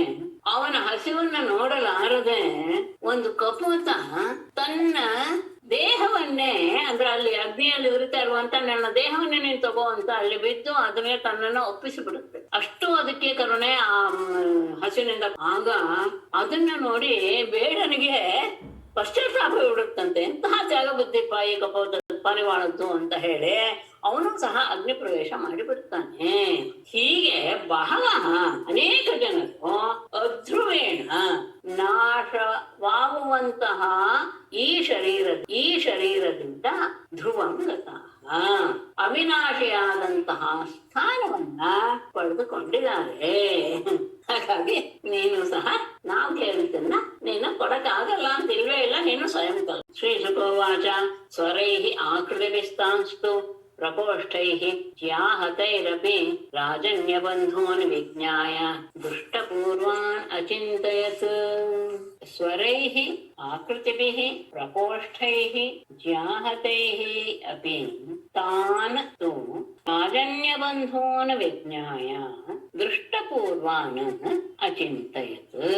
ಸ್ವರೈಃ ಅವರ ಮಾತಿನ ಧಾಟಿ, ಆಕೃತಿಭಿಃ ಅವರ ದೇಹದ ಆಕಾರ, ಆಮೇಲೆ ಪ್ರಕೋಷ್ಠೈಹಿ ಅವರ ಆ ಅಂಗೈ ಅಂದ್ರೆ ಬಾಣ ಪ್ರಯೋಗ ಮಾಡಿ ಮಾಡಿ ಅವರ ಏನು ಮುಂಗೈ ಒಂಥರ ಆಗಿಬಿಟ್ಟಿರುತ್ತೆ, ಗೊತ್ತಾಗತ್ತೆ ಬಾಣ ಪ್ರಯೋಗ ಮಾಡಿರುವಂತ ಕೈ ಇದು. ಅಷ್ಟೇ ಅಲ್ಲ, ಜಾಹತೈಹಿ ಅಪಿ ಬಿಲ್ಲಿನ ಆ ಹೊಡೆತದ ಇರುವಂತಹ ಅವುಗಳನ್ನ ಅಪಿ ನೋಡಿ, ತಾನ್ಸ್ತು ಬಂದವರನ್ನ ರಾಜನ್ಯ ಬಂಧೂನ್ ವಿಜ್ಞಾಯ ಇವರೆಲ್ಲರೂ ಸಹ ಕ್ಷತ್ರಿಯರು ಎನ್ನುವುದನ್ನ ವಿಜ್ಞಾಯ ತಿಳಿದು ದೃಷ್ಟಪೂರ್ಣ ಇವರನ್ನ ನಾನು ಎಲ್ಲೋ ನೋಡಿದ ಇದನ್ನಲ್ಲ ಅಂತ ಅಚಿಂತೆಯತ್ ಆಲೋಚನೆ ಮಾಡಿ ಜರಾಸಂಧನಿಗೆ ಅವರ ಆ ಮಾತಿನ ಏನೆಂದ್ರೂ ಗಾಂಭೀರ್ಯ ಬಂದ್ಬಿಡುತ್ತೆ ಶಬ್ದಗಳು. ಅಷ್ಟೇ ಅಲ್ಲ, ದೇಹದ ಆಕೃತಿ, ಆ ಹೆದೆಯನ್ನು ಮೀಟಿದಂತಹ ಮುಂಗೈ ಇವುಗಳಿಂದಲ್ಲ ಕ್ಷತ್ರಿಯರು ಇವರು ಅಂತ ಗೊತ್ತಾಯ್ತು. ಆದ್ರೆ ಎಲ್ಲಿಯೂ ನಾನು ಇವ್ರನ್ನು ನೋಡುವುದೇನೆ ಅನ್ನುವಂತಹದ್ದು ಬಂದು ಅವನು ಯೋಚನೆ ಮಾಡಿ ಆದಾಮನ ಅಷ್ಟೇ ಅನ್ಕೊಂಡ. ರಾಜನ್ಯ ಬಂಧೋ ಹೇತೆ ಬ್ರಹ್ಮಲಿಂಗಾನಿ ವಿಭ್ರತಿ ದದಾಮಿ ಭಿಕ್ಷಿತಂ ತೇಭ್ಯಃ ಆತ್ಮಾನಮಪಿ ದುಸ್ಥಿರ್ಯಂ. ಏತೆ ಹಿ ರಾಜನ್ಯ ಬಂಧವಃ ಬ್ರಹ್ಮಲಿಂಗಾನಿ ಬಿಭ್ರತಿ ತೇಭ್ಯಃ ದುಸ್ತ್ಯಜಂ ಆತ್ಮಾನಮಪಿ ಭಿಕ್ಷಿತಂ ದದಾಮಿ. ಏತೆ ಹಿ ಕ್ಷತ್ರಿಯರೇ ಆಗಿದ್ದಾರೆ, ಆದರೆ ಬ್ರಹ್ಮಲಿಂಗಾನಿ ಬಿಭ್ರತಿ ಬ್ರಾಹ್ಮಣ ವೇಷವನ್ನ ತೊಡಗಿದ್ದಾರೆ. ಆದರೂ ಅವರು ಯಾರೇ ಆಗಿರಲಿ, ತೇಭ್ಯ ಅವರಿಗೆ ದುಸ್ತ್ಯಜಂ ಕೊಡಲು ಅಶಕ್ಯವಾದಂತಹ ಆತ್ಮಾನಮಪಿ ನನ್ನ ಪ್ರಾಣವನ್ನು ಸಹ ಭಿಕ್ಷಿತಂ ಅವರು ಯಾಚಿಸಿದರೆ ಅದನ್ನು ಸಹ ದದಾಮಿ ಕೊಟ್ಟು ಬಿಡ್ತೇನೆ. ಇವರು ನಿಜವಾಗೂ ಕ್ಷತ್ರಿಯರೇ ಬ್ರಾಹ್ಮಣ ವೇಷವನ್ನು ಧರಿಸಿ ಬಂದಿದ್ದಾರೆ, ಆದರೂ ಸಹ ಅವನಿಗೆ ಅನ್ಸುತ್ತಂತೆ ಬ್ರಾಹ್ಮಣ ವೇಷಕ್ಕೆ ಬೆಲೆ ಕೊಡ್ಬೇಕು ನಾನು ಅಂತ ಭಾವಿಸಿ ನನ್ನ ಪ್ರಾಣವನ್ನೇ ಕೇಳಿದ್ರು ಸಹ ಅದು ಯಾರಿಗೂ ಕೊಡಕ್ಕಾಗಲ್ಲ, ದುಸ್ತ್ಯಜ. ಆದರೂ ಅದನ್ನೂ ಸಹ ನಾನು ಕೊಟ್ಟು ಬಿಡ್ತೇನೆ ಅವ್ರು ಕೇಳಿದ್ದೆ ಹೌದಾದ್ರೆ. ಯಾಕೆ ಅಂದ್ರೆ ಬಲೇರ್ನು ಶ್ರೂಯತೆ ಕೀರ್ತಿ ವಿತತಾದಿಕ್ಷ್ವ ಕಲ್ಮಷ ಐಶ್ವರ್ಯಾಭ್ರಂಶತಸ್ಯಾಪಿ ವಿಪ್ರವ್ಯಾಜೇನ ವಿಷ್ಣುನ ವಿಪ್ರವ್ಯಾಜೇನ ಐಶ್ವರ್ಯಾತ್ ಭ್ರಂಶಿತಸ್ಯ ಅಪಿ ಬಲೇಃ ಅಕಲ್ಮಷ ಕೀರ್ತಿಃ ದಿಕ್ಷು ವಿತತಾ ಶ್ರೂಯತೆ. ವಿಷ್ಣುವಿನಿಂದ ವಿಪ್ರವ್ಯಾಜೇನ ಬ್ರಾಹ್ಮಣ ವೇಷದಿಂದ ಐಶ್ವರ್ಯಾತ್ ಭ್ರಂಶಿತಸ್ಯಾಪಿ ಅವನ ರಾಜ್ಯದ ಐಶ್ವರ್ಯಗಳೆಲ್ಲವನ್ನೂ ಸಹ ಐಶ್ವರ್ಯದಿಂದ ಅವನನ್ನ ಚ್ಯುತನಾಗಿ ಮಾಡಿದರೂ ಸಹ ಬಲೇಹೇ ಆ ಬಲಿ ಮಹಾರಾಜನ ಅಕಲ್ಮಷಾ ಕೀರ್ತಿಗೆ ಸ್ವಚ್ಛವಾದಂತಹ ಅವನ ಕೀರ್ತಿಯೋ ದಿಕ್ಷು ವಿತತ ಎಲ್ಲ ದಿಕ್ಕುಗಳಲ್ಲಿಯೂ ಸಹ ಹರಳಿತು ಎನ್ನುವುದು ಶ್ರೂಯತೆನು ಎಲ್ಲ ಕಡೆ ಪ್ರಸಿದ್ಧವಾಗಿರುತ್ತೆ. ಯದ್ಯಪಿ ವಿಪ್ರವೇಶದಿಂದ ಬಂದಂತಹ ವಿಷ್ಣು ಬಲಿಚಕ್ರವರ್ತಿಯನ್ನ ಪೂರ್ಣವಾಗಿ ರಾಜೇಶ್ವರದಿಂದ ಚ್ಯುತನನ್ನಾಗಿ ಮಾಡಿಬಿಟ್ಟ. ಆದರೆ ಅವನ ನಿರ್ಮಲವಾದ ಕೀರ್ತಿ ದಿಕ್ಕುಗಳಲ್ಲಿ ವ್ಯಾಪಿಸಿದೆ ಅಂದ್ರೆ ಅಷ್ಟೇ ಅಲ್ಲ, ಅವನು ವಿಷ್ಣು ಅಂತ ಗೊತ್ತಾಯ್ತು. ಶುಕ್ರ ಅದನ್ನ ನಿವಾರಣೆನೂ ಮಾಡಿದ, ಬೇಡ ಕೊಡಬೇಡ ಅಂತ. ಆದರೂ ಶ್ರಿಯಂ ದಿಹೇಶತೇಂದ್ರಸ್ಯ ವಿಷ್ಣವೇ ದ್ವಿಜರೂಪಿಣೆ ಜಾನನ್ನಪಿ ಮಹೇಂ ಪ್ರಾದಾತ್ ವಾರ್ಯಮಾಣೋಪಿ ದೈತ್ಯರಾಟ್. ಇಂದ್ರಸ್ಯ ಶ್ರಿಯಂ ಜಿಹೀರ್ಷತಾಂ ದ್ವಿಜರೂಪಿಣೆ ವಿಷ್ಣವೇನ ದೈತ್ಯರಾಟ್ ವಾರ್ಯಮಾಣಃ ಅಪಿ ಜಾನನ್ನಪಿ ಮಹೇಂ ಪ್ರಾತಃ. ಇಂದ್ರಸ್ಯ ದೇವೇಂದ್ರನ ಶ್ರಿಯಂ ಜಿಹೀರ್ಷತ ಅಂದ್ರೆ ದೇವೇಂದ್ರನ ರಾಜ್ಯಲಕ್ಷ್ಮಿ ಬಲಿಗೆ ಬಂದ್ಬಿಟ್ಟಿದೆ, ಬಲಿ ಅಪಹರಿಸ್ಕೊಂಡ್ಬಿಟ್ಟಿದ್ದಾನೆ. ಹಾಗಾಗಿ ಆ ಇಂದ್ರನ ರಾಜ್ಯಲಕ್ಷ್ಮಿಯನ್ನ ಜಿಹೀರ್ಷತ ತೆಗೆದುಕೊಳ್ಳಲು ಬಯಸಿದಂತಹ ದ್ವಿಜರೂಪಿಣೆ ವಿಷ್ಣುವೆ ಬ್ರಾಹ್ಮಣ ರೂಪದ ವಿಷ್ಣುವಿಗೆ ದೈತ್ಯರಾಟ್ ಮಹಾಬಲಶಾಲಿಯಾದಂತಹ ದೈತ್ಯರಾಜನಾದ ಬಲಿಯು ವಾರ್ಯಮಾಣ ಅಪಿ ಶುಕ್ರರಿಗೆ ಗೊತ್ತಾಯ್ತು. ಅವ್ರು ಹೇಳ್ತಾರೆ, ಕಶ್ಯಪನ ಮಗ ಇವನು ಅದಿತಿಯಲ್ಲಿ ನಿನ್ನ ಇಂದ್ರನ ರಾಜಲಕ್ಷ್ಮಿಯನ್ನು ಬಿಡಿಸ್ಕೊಂಡು ಹೋಗಕ್ಕೇನೆ ಅವನು ಬಂದಿದ್ದಾನೆ ವಾಮನ ರೂಪದಲ್ಲಿ ಅಂತ ಹೇಳ್ತಾನೆ. ಹಾಗೆ ಕೊಡಬೇಡ ಅಂತ ಹೇಳಿದ್ರು ಸಹ, ನಿವಾರಣೆ ಮಾಡಿದ್ರು ಸಹ. ಅಷ್ಟೇ ಅಲ್ಲ, ಜಾನನ್ನಪಿ ಬಂದಂಥವನು ವಿಷ್ಣು ಎನ್ನುವುದು ಗೊತ್ತಾದರೂ ಸಹ ಮಹಿಂ ಪ್ರಾತ ಭೂಮಿಯನ್ನು ಅವನು ಕೊಟ್ಟೆ ಬಿಟ್ಟ. ಅಂದ್ರೆ ಇದರಿಂದ ನಾನು ಎಂತಹ ದುರವಸ್ಥೆ ಕೊಡ್ತೀನಿ ಅಂತ ಬರೀ ಗೊತ್ತಾಗಿತ್ತು. ಆದರೂ ಅವನು ಬಂದಂತಹ ವಿಷ್ಣುವಿಗೆ ಭೂದಾನವನ್ನ ಕೊಟ್ಟು ಬಿಟ್ಟ. ಜೀವದ ಬ್ರಾಹ್ಮಣಾರ್ಥಾಯ ಕೋನ್ವರ್ಥ ಕ್ಷತ್ರಬಂಧುನ ದೇಹೇನ ಪತಮಾನೇನ ನೇಹತಾ ವಿಪುಲಂ ಯಶಃ. ಯಾಕೆಂದ್ರೆ ನನ್ನ ಜೀವನ ಹೀಗಾದ್ರೇನೆ ಸಾರ್ಥಕವಾಗತ್ತೆ ಹೊರತು ಬೇರೆ ಯಾವುದನ್ನು ಅಲ್ಲ. ಪತಮಾನೇನ ಕ್ಷತ್ರಬಂಧುನಾ ದೇಹೇನ ವಿಪುಲಂ ಯಶಃ ನೇಹತ ಜೀವತ್ ಬ್ರಾಹ್ಮಣಾರ್ಥಾಯ ಪತಮಾನೇನ ದೇಹೇನ ಬ್ರಾಹ್ಮಣಾರ್ಥಾಯ ವಿಪುಲಂ ಯಶಃ ನೇಹತ ಜೀವತ ಕೋನು ಅತಃ. ಪತಮಾನೇನ ನಾಶವಾಗುವಂತಹ ಕ್ಷತ್ರಬಂಧುನ, ಈ ಕ್ಷತ್ರಿಯ ಬಂಧು ಎನ್ನುವ ಶಬ್ದವಾಗಲೂ ಸಹ ಅಧಮ ಶಬ್ದವನ್ನು ತೋರಿಸುತ್ತೆ. ಬ್ರಾಹ್ಮಣ ಬಂಧು ಬ್ರಹ್ಮಬಂಧು ಅಂತ ಹೇಳಿದ್ರೆ ಅವನು ಬ್ರಾಹ್ಮಣ ಹೆಸರಿಗೆ ಮಾತ್ರ, ಜಾತಿಯಿಂದ ಬ್ರಾಹ್ಮಣನೇ ಹೊರತು ಬ್ರಾಹ್ಮಣನ ಯಾವ ವ್ಯವಹಾರವೂ ಅವನಿಗಿಲ್ಲ ಅಂತ ಬ್ರಹ್ಮಬಂಧು ಬ್ರಾಹ್ಮಣ ಬಂಧು ಅಂತ ಹೇಳೋದೆಲ್ಲ ಒಂದು ನಿಂದಾವಾಚಕ ಶಬ್ದ. ಹಾಗೆ ಕ್ಷತ್ರನ ದೇಹೇನ ಅಂತ ಅಂದ್ರೆ ಈ ರೀತಿಯಾಗಿ ನಾನು ಬದುಕಿದ್ರು ಅದೊಂಥರ ನೀಚವಾದಂತಹ ದೇಹವೇ ಆಗಿರುತ್ತೆ. ಹಾಗೆ ಆ ಅರ್ಥವನ್ನು ಇಟ್ಟುಕೊಂಡು ಕ್ಷತ್ರಿಯ ಅಧಮನಾದಂತಹ ನನ್ನ ಈ ದೇಹೇನ ದೇಹದಿಂದ ಬ್ರಾಹ್ಮಣಾರ್ಥಾಯ ಬ್ರಾಹ್ಮಣರಿಗೋಸ್ಕರ ಅದು ಪ್ರಯೋಜನವಾಗದೇ ಇದ್ದರೆ ವಿಪುಲಮೇಶಃ ನೇತ ಅದನ್ನ ಕೊಟ್ಟಾಗ ಅತ್ಯಂತ ಉತ್ತಮವಾದಂತಹ ಯಶಸ್ಸನ್ನ ಬಯಸದೇ ಇದ್ದು ಜೀವತ ಬದುಕಿರುವಂತಹ ವ್ಯಕ್ತಿಯಿಂದ ಕೋನು ಅರ್ಥ, ಏನು ಪ್ರಯೋಜನ? ಹಾಗೆ ಬದುಕಿದ್ರು ಏನ್ ಪ್ರಯೋಜನ ಆ ವ್ಯಕ್ತಿ? ಯಾಕೆ ಅಂತ ಒಂದಲ್ಲ ಒಂದು ದಿವಸ ನಾಶವಾಗುವಂತಹ ಈ ದೇಹವನ್ನು ನಾವು ಮನೆಗೋಸ್ಕರ ಅದನ್ನ ಕೊಟ್ಟಾಗ ಅತ್ಯಂತ ಉತ್ತಮವಾದ ಕೀರ್ತಿಯೂ ಬರುತ್ತೆ. ಆ ಕೀರ್ತಿಯನ್ನ ಬಯಸದೆ ಕೇವಲ ಸುಮ್ಮನೆ ಬದುಕಿರೋದು ಎನ್ನುವಂತಹ ಭಾವ ಹೊಂದಿದ್ರೆ ಅಂತಹವನ ಬದುಕಿ ಏನು ಪ್ರಯೋಜನ? ಹೀಗೆ ಯೋಚನೆ ಮಾಡಿದಂತಹ ಜರಾಸಂಧ ಇತ್ಯುದಾರ ಮತೆ ಪ್ರಾಹ ಕೃಷ್ಣಾರ್ಜುನ ಪ್ರೋದರಾನ್ ಹೇ ವಿಪ್ರಾಹ ಪ್ರಿಯತಾಂ ಕಾಮಃ ದದಾಮಿ ಆತ್ಮಶಿರೋಪಿವಃ ಇತಿ ಉದಾರಮತಿಃ ಕೃಷ್ಣಾರ್ಜುನ ವೃಕೋದರಾನ್ ಪ್ರಾಹ ಹೇ ವಿಪ್ರಾಹ ಕಾಮಃ ಪ್ರಿಯತಾಂ ಆತ್ಮಶಿರಃ ಅಪಿ ವಹ ದದಾಮಿ ಇತಿ. ಈ ರೀತಿಯಾಗಿ ಉದಾರಮತಿಃ ಉದಾರವಾದ ಮನಸ್ಸುಳ್ಳ ಜರಾಸಂಧನು ಕೃಷ್ಣಾರ್ಜುನ ಮುಖೋದರಾನ್ ಕೃಷ್ಣ ಅರ್ಜುನ ಭೀಮರನ್ನು ಕುರಿತು ಪ್ರಾಹ ಹೇಳಿದ, ಹೇ ವಿಪ್ರಾಹ ಎಳೆ ಬ್ರಾಹ್ಮಣರೇ ಕಾಮಃ ಪ್ರಿಯತಾಂ ನಿಮ್ಮ ಇಚ್ಛೆ ಏನಿದೆಯೋ ಅದನ್ನ ಕೇಳಿ, ಆತ್ಮಶಿರಃ ಅಪಿ ನನ್ನ ತಲೆಯನ್ನೇ ಕೇಳಿದ್ರು ಸಹ ವಹ ದದಾಮಿ ನಿಮಗೆ ನಾನು ಅದನ್ನ ಕೊಟ್ಟು ಬಿಡ್ತೇನೆ. ಈ ರೀತಿಯಾಗಿ ಎಲ್ಲರದ ಉದಾಹರಣೆಯನ್ನು ತೆಗೆದುಕೊಂಡು ಆ ರೀತಿಯಾಗಿ ನಾನು ಆಗಬೇಕು, ಈ ತರ ಸಂದರ್ಭ ಬರೋದೇ ಕಷ್ಟ, ಇದರಿಂದ ಧ್ರುವವಾದ ಯಶಸ್ಸು ಸಿಗುತ್ತೆ ಅಂತ ಭಾವಿಸಿ ಅವನು ಹೇಳ್ದ, ನೀವೇನು ಬೇಡಬೇಕು ಅಂತಿದಿರೋ ಕೇಳಿ ನಾನು ನನ್ನ ತಲೆಯನ್ನೇ ಬೇಕಾದ್ರೂ ಕೊಟ್ಟು ಬಿಡ್ತೇನೆ. ಒಂದು ಶ್ಲೋಕ. ಶ್ರೀ ಭಗವಾನುವಾಚ ಯುದ್ಧಂ ನೋ ದೇಹಿ ರಾಜೇಂದ್ರ ದ್ವಂದ್ವಶೋ ಇತಿ ಮನ್ಯಸೆ ವಿದ್ಯಾರ್ಥಿನೋ ವಯಂ ಪ್ರಾಪ್ತಾಃ ರಾಜನ್ಯಾಃ ನ ಅನ್ನಕಾಂಕ್ಷಿಣಃ. ರಾಜೇಂದ್ರ ಯದಿ ಮನ್ಯಸೆ ನಃ ದ್ವಂದ್ವಶಃ ಯುದ್ಧಂ ದೇಹಿ ವಯಂ ಯುದ್ಧಾರ್ಥಿನಃ ಪ್ರಾಪ್ತಾಃ ರಾಜನ್ಯಾಃ ನ ಅನ್ನಕಾಂಕ್ಷಿಣಃ.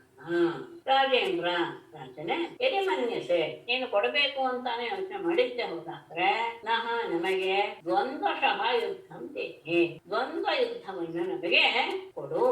ವಯಂ ಯುದ್ಧಾರ್ಥಿನಃ ಪ್ರಾಪ್ತಾಃ ನಾವು ಯುದ್ಧವನ್ನ ಬಯಸಿ ಬಂದವರು, ಯುದ್ಧವನ್ನು ಬೇಡೋದಕ್ಕೆ ಬಂದಂತಹ ರಾಜನ್ಯಾಹ ಕ್ಷತ್ರಿಯರೇ ಹೊತ್ತು ನ ಅನ್ನಕಾಂಕ್ಷಿಣಃ ಆಹಾರವನ್ನು ಬಯಸಿ ಬಂದಂತಹ ಬ್ರಾಹ್ಮಣರಲ್ಲ. ನೀನು ಹೀಗೆ ಒಪ್ಪೋದೇ ಆದ್ರೆ ಹಾಗಾದ್ರೆ ನಮಗೆ ದ್ವಂದ್ವ ಯುದ್ಧವನ್ನು ಕೊಡು. ನಾವು ವಿದ್ಯಾರ್ಥಿಗಳಾಗಿ ಬಂದಂತಹ ಕ್ಷತ್ರಿಯರೇ ಹೊರತು ಅನ್ನಾರ್ಥಿಗಳಾದ ಬ್ರಾಹ್ಮಣರಲ್ಲ. ಯಾರು ರಾಜನ್ಯರು ಅಂದ್ರೆ ಅಸೌರು ಕೋಲರ ಪಾರ್ಥ ತಸ್ಯ ಭ್ರಾತ ಅರ್ಜುನೋ ಹ್ಯಯಂ ಅನಯೋರ್ಮಾತುಲೇಯಂ ಕೃಷ್ಣಂ ಜಾನಾಹಿ ತೇ ರಿಪುಂ.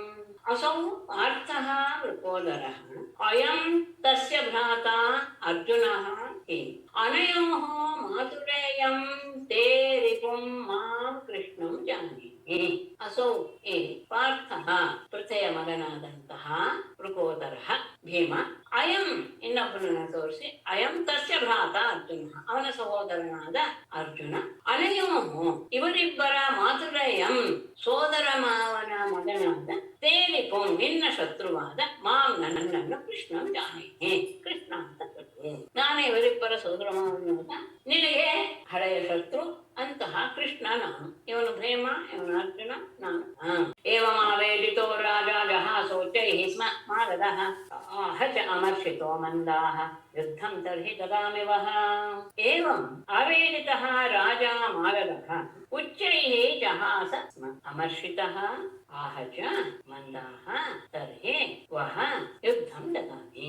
ಏವಂ ಈ ರೀತಿಯಾಗಿ ಆವೇದಿತಃ ತಿಳಿಸಲ್ಪಟ್ಟ ರಾಜನಾದ ಮಾದಕಃ ದತ್ತ ಅಂದ್ರೆ ಕೃಷ್ಣನಿಂದ ಹೀಗೆ ತಿಳಿಸಲ್ಪಟ್ಟಂತಹ ದತ್ತ ಉಚ್ಚೈಹಿ ಜಹಾಸ ಜೋರಾಗಿ ನಗೋದಕ್ಕೆ ಶುರು ಮಾಡಿದ. ಅಷ್ಟೇ ಇಲ್ಲ, ಅಮರ್ಷಿತಃ ಅತ್ಯಂತ ಕೋಪದಿಂದ ಕೂಡಿದಂತಾಗಿ ಆಹಚ ಹೇಳಿದ. ಏನಂತ? ಮಂದಾಹ, ಎಡೆ ಮೂರ್ಖರೇ, ತರ್ಹಿ ನೀವು ಅದನ್ನೇ ಬಯಸಿದ ಪಕ್ಷದಲ್ಲಿ ವಹ ನಿಮಗೆ ಯುದ್ಧ ಅಂತದೆ, ನಾನು ಯುದ್ಧವನ್ನ ಕೊಡ್ತೇನೆ. ಇಲ್ಲಿ ಮತ್ತೆ ನಾನು ಹೇಳಿದೆ, ಪರಮಾತ್ಮನ ಬಗ್ಗೆ ಹೇಳುವಾಗ ಅದು ಅವನಿಗೆ ಅನುಕೂಲವಾಗಿಯೇ ಹೇಳ್ತಾನೆ.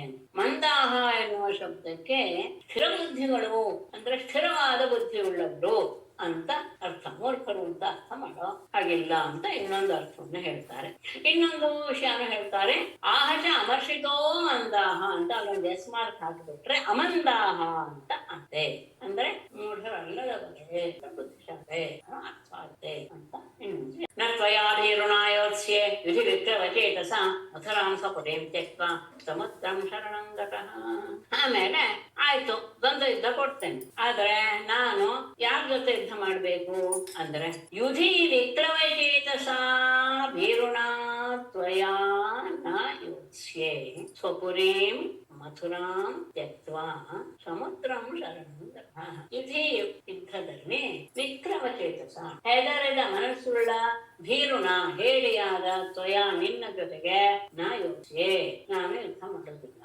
ಯಾಕೆಂದ್ರೆ ಸ್ವಪುರೀಂ ಮಥುರಾಂ ತ್ಯಕ್ತ್ವಾ, ಯಾಕೆ ಅಂದ್ರೆ ನಾನು ಯುದ್ಧಕ್ಕೆ ಬಂದಾಗ್ಲೇ ನೀನು ನಿನ್ನ ಪಟ್ಟಣವಾದ ಮಥುರೆಯನ್ನು ಬಿಟ್ಟು ಸಮುದ್ರಂ ಶರಣಂ ಗತಃ, ಸಮುದ್ರವನ್ನ ನೀನು ಆಶ್ರಯಿಸಿ ಬಿಟ್ಟೆ. ನಿಮಗೆ ಯುದ್ಧ ನಾನು ಕೊಡ್ತೇನೆ, ಆದ್ರೆ ಯುದ್ಧ ಅಂದ್ರೇನೆ ಹೆದರುವಂತಹ ಹೇಳಿಯಾದ ನಿನ್ನ ಜೊತೆಗೆ, ಕೃಷ್ಣನ ಜೊತೆಗೆ ನಾನು ಯುದ್ಧ ಮಾಡೋದಿಲ್ಲ. ಯಾಕೆ ಅಂದ್ರೆ ನಾನು ಯುದ್ಧಕ್ಕೆ ಬಂದೆ ಅಂತ ನೀನು ಮಥುರಾ ನಗರವನ್ನು ಬಿಟ್ಟು ಸಮುದ್ರಕ್ಕೆ ಹೋಗಿ ಶರಣಾಗಿಬಿಟ್ಟೆ, ಹಾಗಾಗಿ ನಿನ್ನ ಜೊತೆ ನಾನು ಯುದ್ಧ. ಅರ್ಜುನನನ್ನ ತೋರಿಸಿ ಹೇಳ್ತಾನೆ, ಅಯಂತು ವಯಸಾ ತುಲ್ಯ ನಾತಿ ಸತ್ತೋ ನಮೇ ಸಮಃ ಅರ್ಜುನೋ ನ ಭವೇದ್ಯೋದ್ಧ ಭೀಮಸ್ತುಲ್ಯ ಬಲೋ ಮಮ. ಮೇಲೂ ಅಷ್ಟೇ, ತ್ವಯಾ ಭೀರುಣ ಅಂತ ಇವೆಲ್ಲ ಅಲ್ಲಿ ಅಭೀರುಣ ಅಂತ ಅರ್ಥ ಮಾಡ್ಕೊಳ್ತಾರೆ. ಅಂದ್ರೆ ಧೈರ್ಯಶಾಲಿ ಆದ ಅಂತ. ಅಯಂತು ವಯಸ ಅತುಲ್ಯ ನಾತಿಸತ್ವ ಮೇ ಅರ್ಜುನ ನ ಸಮಃ ಯೋದ್ಧ ನ ಭವೇತ್ ತುಲ್ಯಬಲ ಭೀಮಃ ಮಮ ಯೋದ್ಧ ಭವೇತ್. ಅಯಂತು ಅರ್ಜುನನ ನೋಡಿ ಅಯಂತು ಇವನಾದ್ರು ವಯಸ್ಸ ನನ್ನ ವಯಸ್ಸಿಗಿಂತ ಅತುಲ್ಯ ನನಗೆ ಸರಿಸಮನಾದವನಲ್ಲ, ಅವನು ಕಡಿಮೆ ವಯಸ್ಸು. ಅಷ್ಟೇ ಅಲ್ಲ, ನಾತಿಸತ್ವ ಅಂತಹ ಮಹಾಬಲಶಾಲಿ ಅಂತೂ ಏನು ಅರ್ಥ ಗೊತ್ತಾಗ್ತಾ ಇಲ್ಲ. ಮೇ ನನಗೆ ಅರ್ಜುನ ನ ಸಮಃ ಅರ್ಜುನ ನನಗೆ ಸರಿಸಮಾನನಲ್ಲ, ಯೋದ್ಧ ನ ಭವೇ ಅವನು ಯುದ್ಧ ಮಾಡೋದಕ್ಕೆ ಯೋಗ್ಯನಾಗುವುದಿಲ್ಲ. ಭೀಮಃ ತುಲ್ಯಬಲ ಮಮ ಯೋದ್ಧ ಭವೇ ಭೀಮನಾದ್ರೆ ನನ್ನ ಸರಿಸಮನಾಗಿ ಇದ್ದಾನೆ, ತುಲ್ಯಬಲನಾಗಿದ್ದಾನೆ, ಮಮ ಯೋದ್ಧ ಭವೇತ್ ನನ್ನ ಜೊತೆ ಯುದ್ಧ ಮಾಡೋದಕ್ಕೆ ಯೋಗ್ಯನಾಗಿದ್ದಾನೆ. ಅರ್ಜುನ ಇವನು ವಯಸ್ಸಿನಲ್ಲಿ ನನಗಿಂತ ವಯಸ್ಸಿನಲ್ಲಿ ಸರಿಸಮಾನನಲ್ಲ, ವಯಸ್ಸ ಅತುಲ್ಯ. ಅಷ್ಟೇ ಅಲ್ಲ, ಮಹಾಪರಾಕ್ರಮಿ ಅಂತ ಏನು ದೇಹವನ್ನು ನೋಡಿದ್ರೆ ಗೊತ್ತಾಗಲ್ಲ. ಇವನು ನನಗೆ ಸರಿಸಮಾನನಲ್ಲ, ಹಾಗಾಗಿ ಇವನು ನನ್ನ ಜೊತೆ ಯುದ್ಧ ಮಾಡುವಂತವನ. ಭೀಮ ನನಗೆ ಸರಿಸಮಾನನಾಗಿದ್ದಾನೆ, ಅವನ ಜೊತೆಗೆ ನಾನು ಯುದ್ಧ ಮಾಡ್ತೇನೆ. ಇತ್ಯುಕ್ತ್ವಾ ಭೀಮಸೇನಾಯ ಪ್ರಾದಾಯ ಮಹತೀಂ ಗದಾಂ ದ್ವಿತೀಯಾಂ ಸ್ವಯಮಾದಾಯ ನಿರ್ಜಗಾಮ ಪುರಾದ್ಬಹೀಂ ತತಃ ಇತಿ ಉಕ್ತ್ವಾ ಭೀಮಸೇನಾಯ ಮಹತೀಂ ಗದಾಂ ಪ್ರಾದಾಯ ದ್ವಿತೀಯಾಂ ಸ್ವಯಂ ಆದಾಯ ಪುರಾದ್ಬಹಿಃ ನಿರ್ಜಗಾಮ ಇತಿ ಉಕ್ತ್ವಾ ಹೀಗೆ ಹೇಳಿ ಭೀಮಸೇನಾಯ ಭೀಮಸೇನನಿಗೆ ಮಹತೀಂ ಗದಾಂ ಪ್ರಾದಾಯ ಒಂದು ದೊಡ್ಡ ಗದೆಯನ್ನ ಕೊಟ್ಟು, ಪ್ರಾದಾಯ ಅಂದ್ರೆ ಕೊಡಿಸಿ ಅಂತ ಆದ್ರೆ ಇಲ್ಲಿ ಅರ್ಥ ಮಾಡೋ ಹಾಗಿಲ್ಲ. ಅವನೇ ತಾನಾಗಿ ಅವನಿಗೆ ಒಂದು ಗದೆಯನ್ನು ಕೊಟ್ಟು, ದ್ವಿತೀಯ ಇನ್ನೊಂದನ್ನ ಸ್ವಯಮಾದಾಯ ತಾನೇ ತೆಗೆದುಕೊಂಡು ಪುರಾದ್ಬಹಿ ನಿರ್ಜನ ತೊಂದರೆ ಯುದ್ಧಕ್ಕೋಸ್ಕರ ನಗರದ ಹೊರಗೆ ಹೀಗೆ ಹೇಳಿ ಭೀಮಸೇನಿಗೆ ಒಂದು ದೊಡ್ಡ ಗದೆಯನ್ನು ಕೊಟ್ಟ, ಇನ್ನೊಂದು ಗದೆಯನ್ನು ತಾನು ತೆಗೆದುಕೊಂಡು ತೊಂದರೆ ಯುದ್ಧಕ್ಕೋಸ್ಕರ ಅರಮನೆಯಿಂದ ಹೊರಗಡೆಗೆ ಬಂದ್ರು. ಇಲ್ಲಿ ತತಸ್ವಮೇಖಲೆ ವೀರೋ ಸಂಯುಕ್ತೌ ಇತರೇತರೌ ಜಘ್ನತು ವಜ್ರಕಲ್ಪಾಭ್ಯಾಂ ಗದಾಭ್ಯಾಂ ರಣದುರ್ಮದೌ ತತಃ ಸಮೇಖಲೆ ವೀರೋ ಇತರೇತರೌ ಸಂಯುಕ್ತೌ ಸಂಯುಕ್ತೌ ರಣದುರ್ಮದೌ ವಜ್ರಕಲ್ಪಾಭ್ಯಾಂ ಗದಾಭ್ಯಾಂ ಜಘ್ನತೋ. ತತಃ ಬಳಿಕ ಸಮೇಖಲೆ ಸರಿಸಮನಾದಂತಹ ಆ ಸಮತಟ್ಟಾದ ಒಂದು ಮೈದಾನದಲ್ಲಿ ವೀರರಾದ ಇತರೇತರು ಸಂಯುಕ್ತವು ಒಬ್ಬರೊಬ್ಬರನ್ನ ಆಕ್ರಮಿಸಿಕೊಳ್ತಾ ರಣಧರ್ಮದೌ ಅತ್ಯಂತ ಪರಾಕ್ರಮಿಗಳಾದ ಅವರಿಬ್ಬರು ವಿದ್ವನ್ಮತ್ತರಾದ ಅವರಿಬ್ಬರು ವಜ್ರಕಲ್ಪಾಭ್ಯಾಂ ಗದಾಭ್ಯಾಂ ವಜ್ರಕ್ಕೆ ಸದೃಶವಾದಂತಹ ಕಠಿಣವಾದ ಆ ಗದೆಗಳಿಂದ ಜಗ್ನತು ಪರಸ್ಪರ ಹೊಡೆದಾಡಕ್ಕೆ ಶುರು. ಸಮತಟ್ಟಾದ ಮೈದಾನದಲ್ಲಿ ಅವರಿಬ್ಬರು ಸಹ ಒಬ್ಬರನ್ನೊಬ್ಬರು ಆಕ್ರಮಿಸ್ತಾರೆ. ವಿದ್ವನ್ಮತ್ತರಾದ ಅವರಿಬ್ಬರು ವಜ್ರಾಯುಧದ ಹಾಗಿರುವಂತಹ ಗದೆಗಳಿಂದ ಪರಸ್ಪರ ಹೊಡೆದಾಡಿಕೊಳ್ಳುವರು. ಮಂಡಲಾನಿ ವಿಚಿತ್ರಾಣಿ ಸವ್ಯಂ ದಕ್ಷಿಣಮೇವ ಚ ತರತೋಷು ಶುಭೇ ಯುದ್ಧಂ ನಟಯೋರಿವರಿನ ರಂಗಿಣೋ. ವಿಚಿತ್ರಾಣಿ ಮಂಡಲಾನಿ ಸವ್ಯಂ ದಕ್ಷಿಣಂ ಏವ ಚ ಚರತೋಃ ಯುದ್ಧಂ ರಂಗಿಣೋಃ ನಟಯೋಃ ಇವ ಶುಶುಭೆ. ವಿಚಿತ್ರಾಣಿ ಮಂಡಲಾನಿ ಅನೇಕ ರೀತಿಯ ಮಂಡಲಾಕಾರವಾಗಿ ಸುತ್ತೋದು ಇದೆ. ಸವ್ಯಂ ದಕ್ಷಿಣಮೇವ. ಸವ್ಯ ಅಂದ್ರೆ ಇಲ್ಲಿ ನೋಡಿ ಬಲ ಅಂತ ಅರ್ಥ, ದಕ್ಷಿಣ ಸವ್ಯ ಅಂದ್ರೆ ಎಡ ಅಂತ ಅರ್ಥ, ದಕ್ಷಿಣ ಅಂದ್ರೆ ಬಲ. ಎಡಭಾಗ ಬಲಭಾಗಕ್ಕೆ ತಿರುಗ್ತಾ ಚರತೋಹೋ ಸಂಚಾರ ಮಾಡ್ತಾ ಯುದ್ಧವನ್ನ ಮಾಡಿದರು. ಯುದ್ಧವನ್ನು ಮಾಡಿದ್ರು. ಹೇಗೆ ಕಾಣಿಸಿದ್ರು ಅಂದ್ರೆ ರಂಗಿಣೋಹೋ ನಟಯೋಹೋ ಇವ. ರಂಗಸ್ಥಳದಲ್ಲಿ ನಟರು ಹೇಗೆ ಯುದ್ಧದ ಅಭಿನಯವನ್ನು ತೋರಿಸ್ತಾರೋ ಆ ರೀತಿಯಲ್ಲಿ ಶುಭೆ ಶೋಭಿಸಿದರು.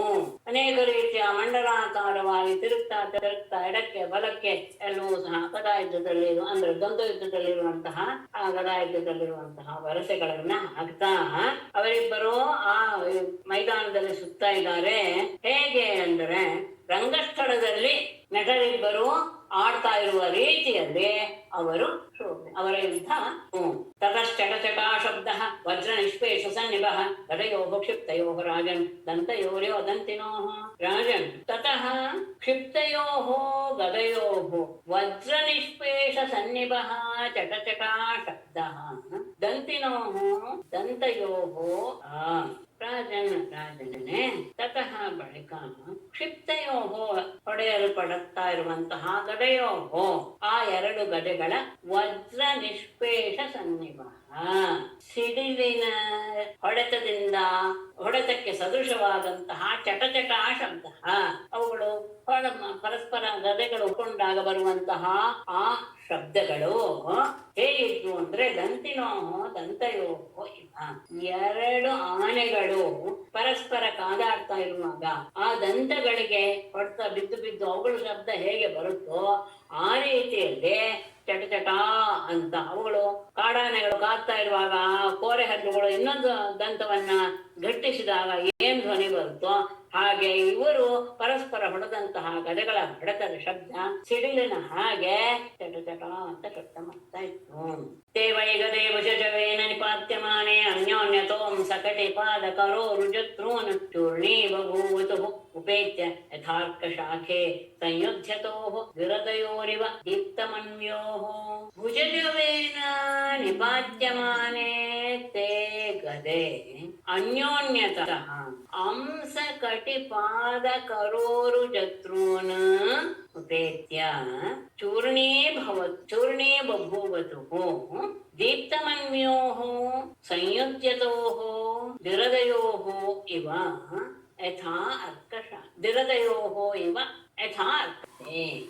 ಭುಜವೇನ ಆ ಭೀಮ ಮತ್ತು ಅರ್ಜುನರ ಆ ಭುಜದ ವೇಗದಿಂದ ನಿಪಾತ್ಯಮಾನೆ ಪರಸ್ಪರ ಗದೆಗಳು ಅಪ್ಪಳಿಸಿದಾಗ ತೇ ಗದೆ ಆ ಎರಡು ಗದೆಗಳು ಅಂದ್ರೆ ಅವನ ಗದೆ ಇವನ ಗದೆ ಅನ್ಯೋನ್ಯತಃ ಪರಸ್ಪರ ಅವರಿಬ್ಬರ ಅಂಸ ಕಟಿ ಪಾದ ಕರ ಉರ್ಜೂನ್ ಅವರ ಅಂಸ ಹೆಗಲು ಕಟಿ ಸೊಂಟ ಪಾದ ಕಾಲು ಕರ ಕೈ ಆಮೇಲೆ ಉರು ತೊಡೆ ಆಮೇಲೆ ಜತ್ರು ಅಂದ್ರೆ ಹೆಗಲಿನ ಸಂಧಿ ಜೋಡಣೆ ಇವುಗಳನ್ನ ಉಪೇತ್ಯ ಅದಕ್ಕೆ ತಗಲಿ ಚೂರ್ಣಿ ಬಭೂವತು ಆ ಗದೆಗಳೇ ತುಂಡು ತುಂಡು ಆಗಿಬಿಡುತ್ತಿತ್ತು ಅಂತೆ. ಹೇಗೆ ಅಂದ್ರೆ ದೀಪ್ತಮನ್ಯೋ ಕೋಪದಿಂದ ಕೂಡಿರುವಂತಹ ಸಂಯುಜ್ಯತೋಹೋ ಪರಸ್ಪರ ಯುದ್ಧ ಮಾಡುತ್ತಾ ಇರುವಂತಹ ಧಿರದಯೋಹೋ ಇವ.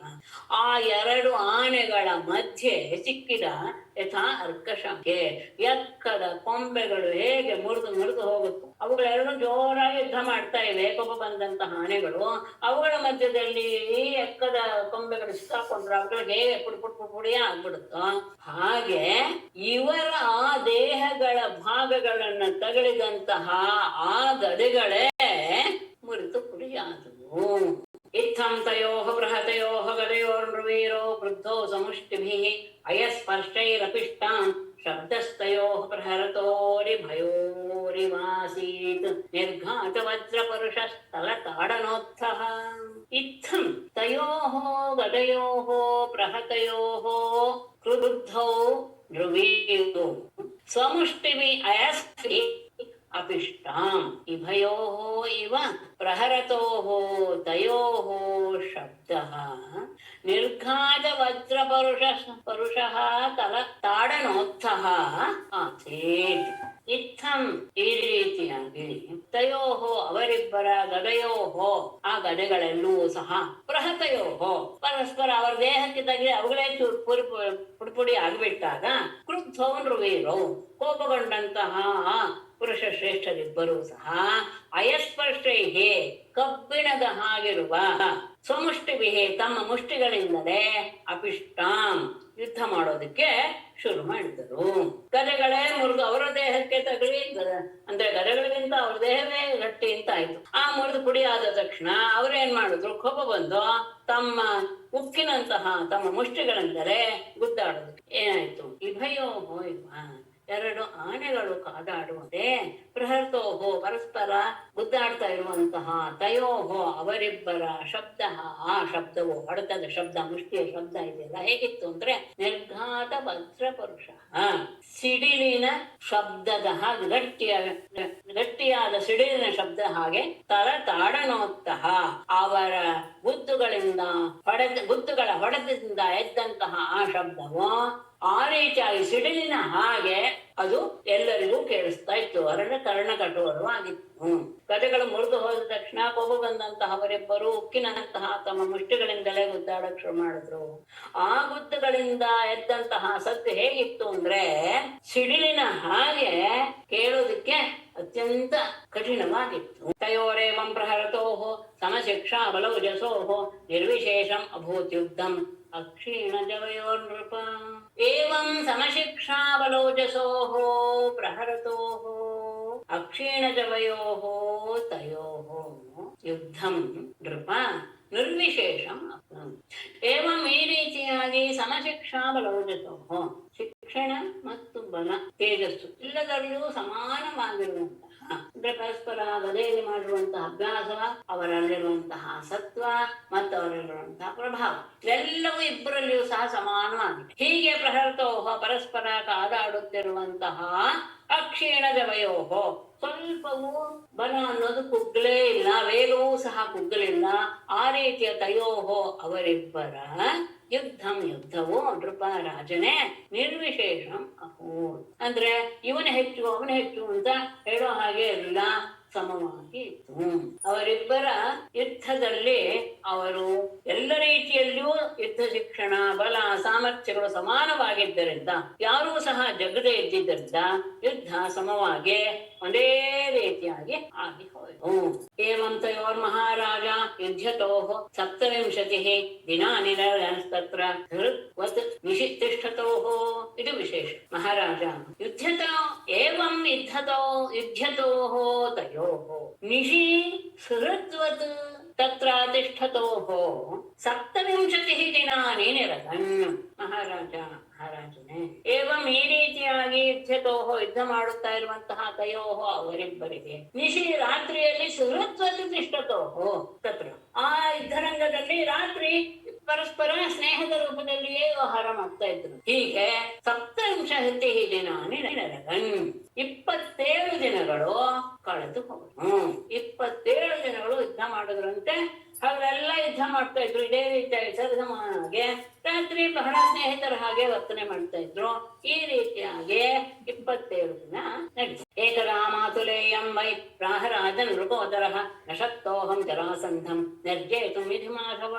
ಏಕದಾ ಋಕೋದರಃ ಮಾತುಲೇಯಂ ಪ್ರಾಹ ಮಾಧವ ಅಹಂ ಜರಾಸಂಧಂ ಯುಧಿ ಜರಾಸಂಧಂ ನಿರ್ಜೇತುಂ ನ ಶಕ್ತಃ. ರಾಜನೇ ಏಕದಾ ಒಮ್ಮೆ ಅಂದ್ರೆ 27 ದಿನ ಕಳೆದ ಮೇಲೆ ಅಂತ ಋಕೋದರ ಭೀಮನು ಮಾತುಲೇಯಂ ಕೃಷ್ಣನನ್ನು ಕುರಿತು ಪ್ರಾಹ ಹೇಳಿದ. ಮಾಧವ ಕೃಷ್ಣನೇ ಅಹಂ ನಾನು ಇದೇ ಯುದ್ಧದಲ್ಲಿ ಜರಾಸಂಧಂ ನಿರ್ಜೇತುಂ ನ ಶಕ್ತಃ. ಜರಾಸಂಧನನ್ನು ಗೆಲ್ಲೋದಕ್ಕೆ ನಾನು ಸಮರ್ಥನಲ್ಲ ಅನ್ನಿಸ್ತಾ ಇದೆ, ಅವನನ್ನ ಗೆಲ್ಲೋದಕ್ಕೆ ಆಗ್ತಾ ಇಲ್ಲ ಅಂತ ಕೃಷ್ಣನ ಹೇಳ್ಕೊಂಡು. ಆಗ ಚತ್ರೋ ಜನ್ಮಮೃತಿ ವಿದ್ವಾನ್ ಜೀವಿತಂಚ ಜರಾಕೃತಂ ಪಾರ್ಥಂ ಆಪ್ಯಾಯನ್ ಸ್ವೇನ ತೇಜಸ ಅಚಿಂತಯದ್ಹರಿಃ. ಶತ್ರೋಃ ಜನ್ಮಮೃತಿ ವಿದ್ವಾನ್ ಜರಾಕೃತಂ ಜೀವಿತಂಚ ವಿದ್ವಾನ್ ಸ್ವೇನ ತೇಜಸ ಪಾರ್ಥಂ ಆಪ್ಯಾಯಯನ್ ಹರಿಃ ಅಚಿಂತಯನ್.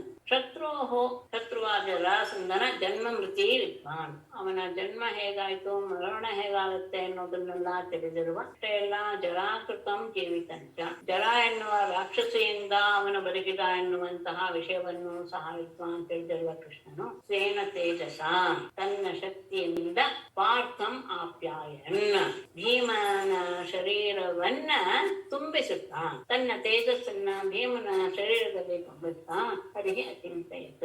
ಪರಮಾತ್ಮ ಜರಾಸಂಧನನ್ನು ಹೇಗೆ ನಾಶ ಮಾಡುವುದು ಎನ್ನುವುದನ್ನ ಅವನ ಜನ್ಮ ಮೃತ್ಯು ಎಲ್ಲದರ ರಹಸ್ಯವನ್ನು ಅರಿತಿದ್ದ. ಜರ ಎನ್ನುವ ರಾಕ್ಷಸಿಯಿಂದಲೇ ಅವನು ಬದುಕಿದ ಎನ್ನುವ ವಿಷಯವೂ ಗೊತ್ತಿತ್ತು. ಅದೆಲ್ಲವನ್ನು ಇಟ್ಕೊಂಡು ಅವನು ಯೋಚನೆ ಮಾಡ್ದ. ಅಷ್ಟೇ ಅಲ್ಲ, ತನ್ನ ತೇಜಸ್ಸನ್ನು ಭೀಮನಿಗೆ ಪ್ರವೇಶ ಮಾಡಿಸಿದ. ಸಂಚಿಂತ್ಯ ಅರಿವಧೋಪಾಯಂ ಭೀಮಸ್ಯ ಅಮೋಘ ದರ್ಶನಃ ದರ್ಶಯಾಮಾಸ ವಿಟಪಂ ಪಾಠಯನ್ಯವ ಸಂಜ್ಞಯಾಂ. ಅಮೋಘ ದರ್ಶನಃ ಉಪಾಯಂ ಸಂಚಿಂತ್ಯ ಭೀಮಸ್ಯ ವಿಟಪಂ ಪಾಠಯನ್ಯವ ಸಂಜ್ಞಯಾ ದರ್ಶಯಾಮಃ. ಅಮೋಘ ದರ್ಶನ ಎಲ್ಲ ರೀತಿಯ ಜ್ಞಾನಶಕ್ತಿಯನ್ನು ಹೊಂದಿರುವಂತಹ, ಎಲ್ಲ ಮುಂದೆ ಆಗೋದನ್ನೆಲ್ಲ ಅರಿತಿರುವಂತಹ ಅರಿವಧೋಪಾಯಂ ಶತ್ರುವನ ನಾಶದ ಉಪಾಯವನ್ನ ಸಂಚಿಂತ್ಯ ಯೋಚನೆ ಮಾಡಿ ಭೀಮನಿಗೆ ವಿಟಪಂ ಒಂದು ಮರದ ಕೊಂಬೆಯನ್ನ ಪಾಠ ಎನ್ನುವ ಸೀಳುತ್ತಾ ಸಂಜ್ಞೆಯ ಆ ತೋರಿಸುವಿಕೆಯ ಸಂಜ್ಞೆಯಿಂದಲೇ ದರ್ಶಯಾಮಾಸ ಅವನಿಗೆ ಹೇಗೆ ಸಾಯಿಸಬೇಕು ಅನ್ನೋದನ್ನ ತೋರಿಸ್ಕೊಂಡು. ಎಲ್ಲ ರೀತಿಯ ಜ್ಞಾನವನ್ನು ಹೊಂದಿರುವ ಕೃಷ್ಣ ಒಂದು ಮರದ ಶಾಖೆಯನ್ನು ತೆಗೆದುಕೊಂಡು ಅದನ್ನ ಉದ್ದಕ್ಕೆ ಸೀಳುವ ರೀತಿಯಲ್ಲಿ ಅವನಿಗೆ ತೋರಿಸ್ತಾ ಹೀಗೆ ನೀನು ಸಾಯಿಸಬೇಕು ಅನ್ನೋದನ್ನ ಭೀಮಸೇನಿಗೆ ಸಂಜ್ಞೆ ಮೂಲಕ ಹೇಳ್ತಾ ಮಾತಿನ ತದ್ವಿಜ್ಞಾಯ ಮಹಾಸತ್ವಃ ಭೀಮ ಪ್ರಹೃತಾಂಬರಃ ದೀಪ್ತಾಪಾದಯೋ ಶಸ್ತ್ರಂ ಪಾತಯಾಮಾಸ ಭೂತಲೆ. ಪ್ರಹೃತಾಂಬರಃ ಮಹಾಸತ್ವಃ ಭೀಮಃ ತದ್ವಿಜ್ಞಾಯ ಶತ್ರುಂ ಪಾದಯೋಃ ಗೃಹೀತ್ವಾ ಭೂತಲೆ ಪಾತಯಾಮ. ಪ್ರಹೃತಾಂಬರಃ ಯುದ್ಧವನ್ನು ಮಾಡುವುದರಲ್ಲಿ ಶ್ರೇಷ್ಠನಾದ ಭೀಮ ಮಹಾಸತ್ವ ಮಹಾಬಲಶಾಲಿಯಾದ ಭೀಮನು ತದ್ವಿಜ್ಞಾಯ ಕೃಷ್ಣ ತೋರಿಸಿದಂತಹ ಉಪಾಯವನ್ನ ತಿಳಿದವನಾಗಿ ಶತ್ರುವಾದ ಜರಾಸಂಧನನ್ನು ಪಾದಯೋಹೋ ಅವನ 2 ಕಾಲುಗಳನ್ನ ಗೃಹೀತ್ವಾ ಹಿಡಿದು ಭೂತಲೆ ಪಾತಯಾಮಾಸ ಅವನನ್ನ ನೆಲದ ಮೇಲೆ ಬೀಳಿಸಿದ. ಮಹಾಸತ್ವಶಾಲಿ ಭೀಮನಿಗೆ ಆ ಪರಮಾತ್ಮ ಏನ್ ಹೇಳಿದ ಅನ್ನೋದು ಗೊತ್ತಾಯ್ತು. ಅವನು ಅವನ ಜರಾಸಂಧನ ಪಾದಗಳನ್ನ 2 ಹಿಡಿದು ಭೂಮಿಯ ಮೇಲೆ ಕೆಡವಿ ಏಕಂ ಪಾದಂ ಪದಾಕ್ರಮ್ಯ ದೌರ್ಭ್ಯಾಂ ಅನ್ಯಂ ಪ್ರಗೃಹ್ಯ ಸಹ ಉದತಃ ಪಾಠಯಾಮಾಸ ಶಾಖಾಮಿವ ಮಹಾಗಜಃ. ಏಕಂ ಪಾದಂ ಪದಾ ಆಕ್ರಮ್ಯ ಅನ್ಯಂ ದೌರ್ಭ್ಯಾಂ ಪ್ರಗೃಹ್ಯ ಸಹ ಉದತಃ ಪಾಠಯಾಮಾಸ ಮಹಾಗಜಃ ಶಾಖಾಂ. ಏಕಂ ಪಾದಂ ಒಂದು ಪಾದವನ್ನ ಪದ ಆಕ್ರಮ್ಯ ಅವನ ಒಂದು ಪಾದವನ್ನ ಒಂದು ತನ್ನ ಕಾಲಿನಿಂದ ಹಿಡಿದಿಟ್ಟುಕೊಂಡ.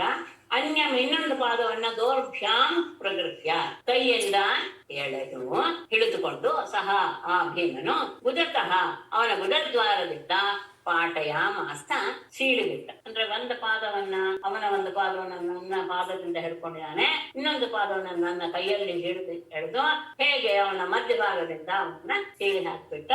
ಒಂದು ದೊಡ್ಡ ಆನೆಯನ್ನು ಮರದ ರೆಂಬೆ ಶಾಖಾನುವ ರೆಂಬೆಯನ್ನು ಸೇರುವ ಹಾಗೆ. ಆಗ ಏಕಪಾದೋರು ವೃಷಣ ಕಡೆ ಪೃಷ್ಠಸ್ತನಾಂಸಕೆ ಏಕ ಬಾಹ್ಪಕ್ಷಿ ಭ್ರೂ ಕರ್ಣೆ ಶಕಲೇಕದೃಶ ಪ್ರಜಾ.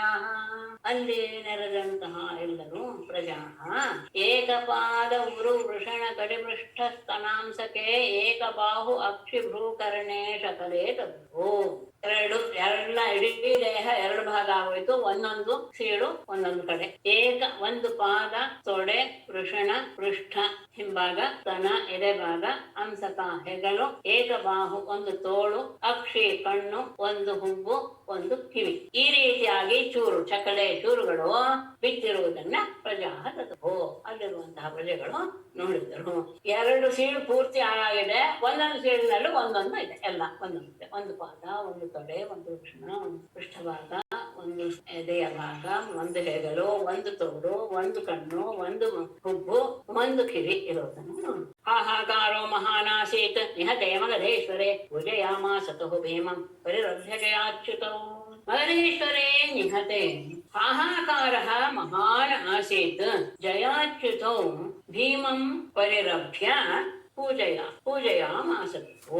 ಮಹದೇಶ್ವರೇ ನಿಹತೆ ಜರಾಸಂಧನೋ ಸತ್ತು ಹೋದಾಗ ಹಾಹಾಕಾರ ಮಹಾನಾಸ ರಾಜನೇ ಸತ್ತು ಹೋದಾಗ ಪ್ರಜೆಗಳೆಲ್ಲರೂ ಸಹ ಜೋರಾಗಿ ಹಾಹಾಕಾರ ಮಾಡಕ್ಕೆ ಶುರು ಮಾಡಿದ್ರು.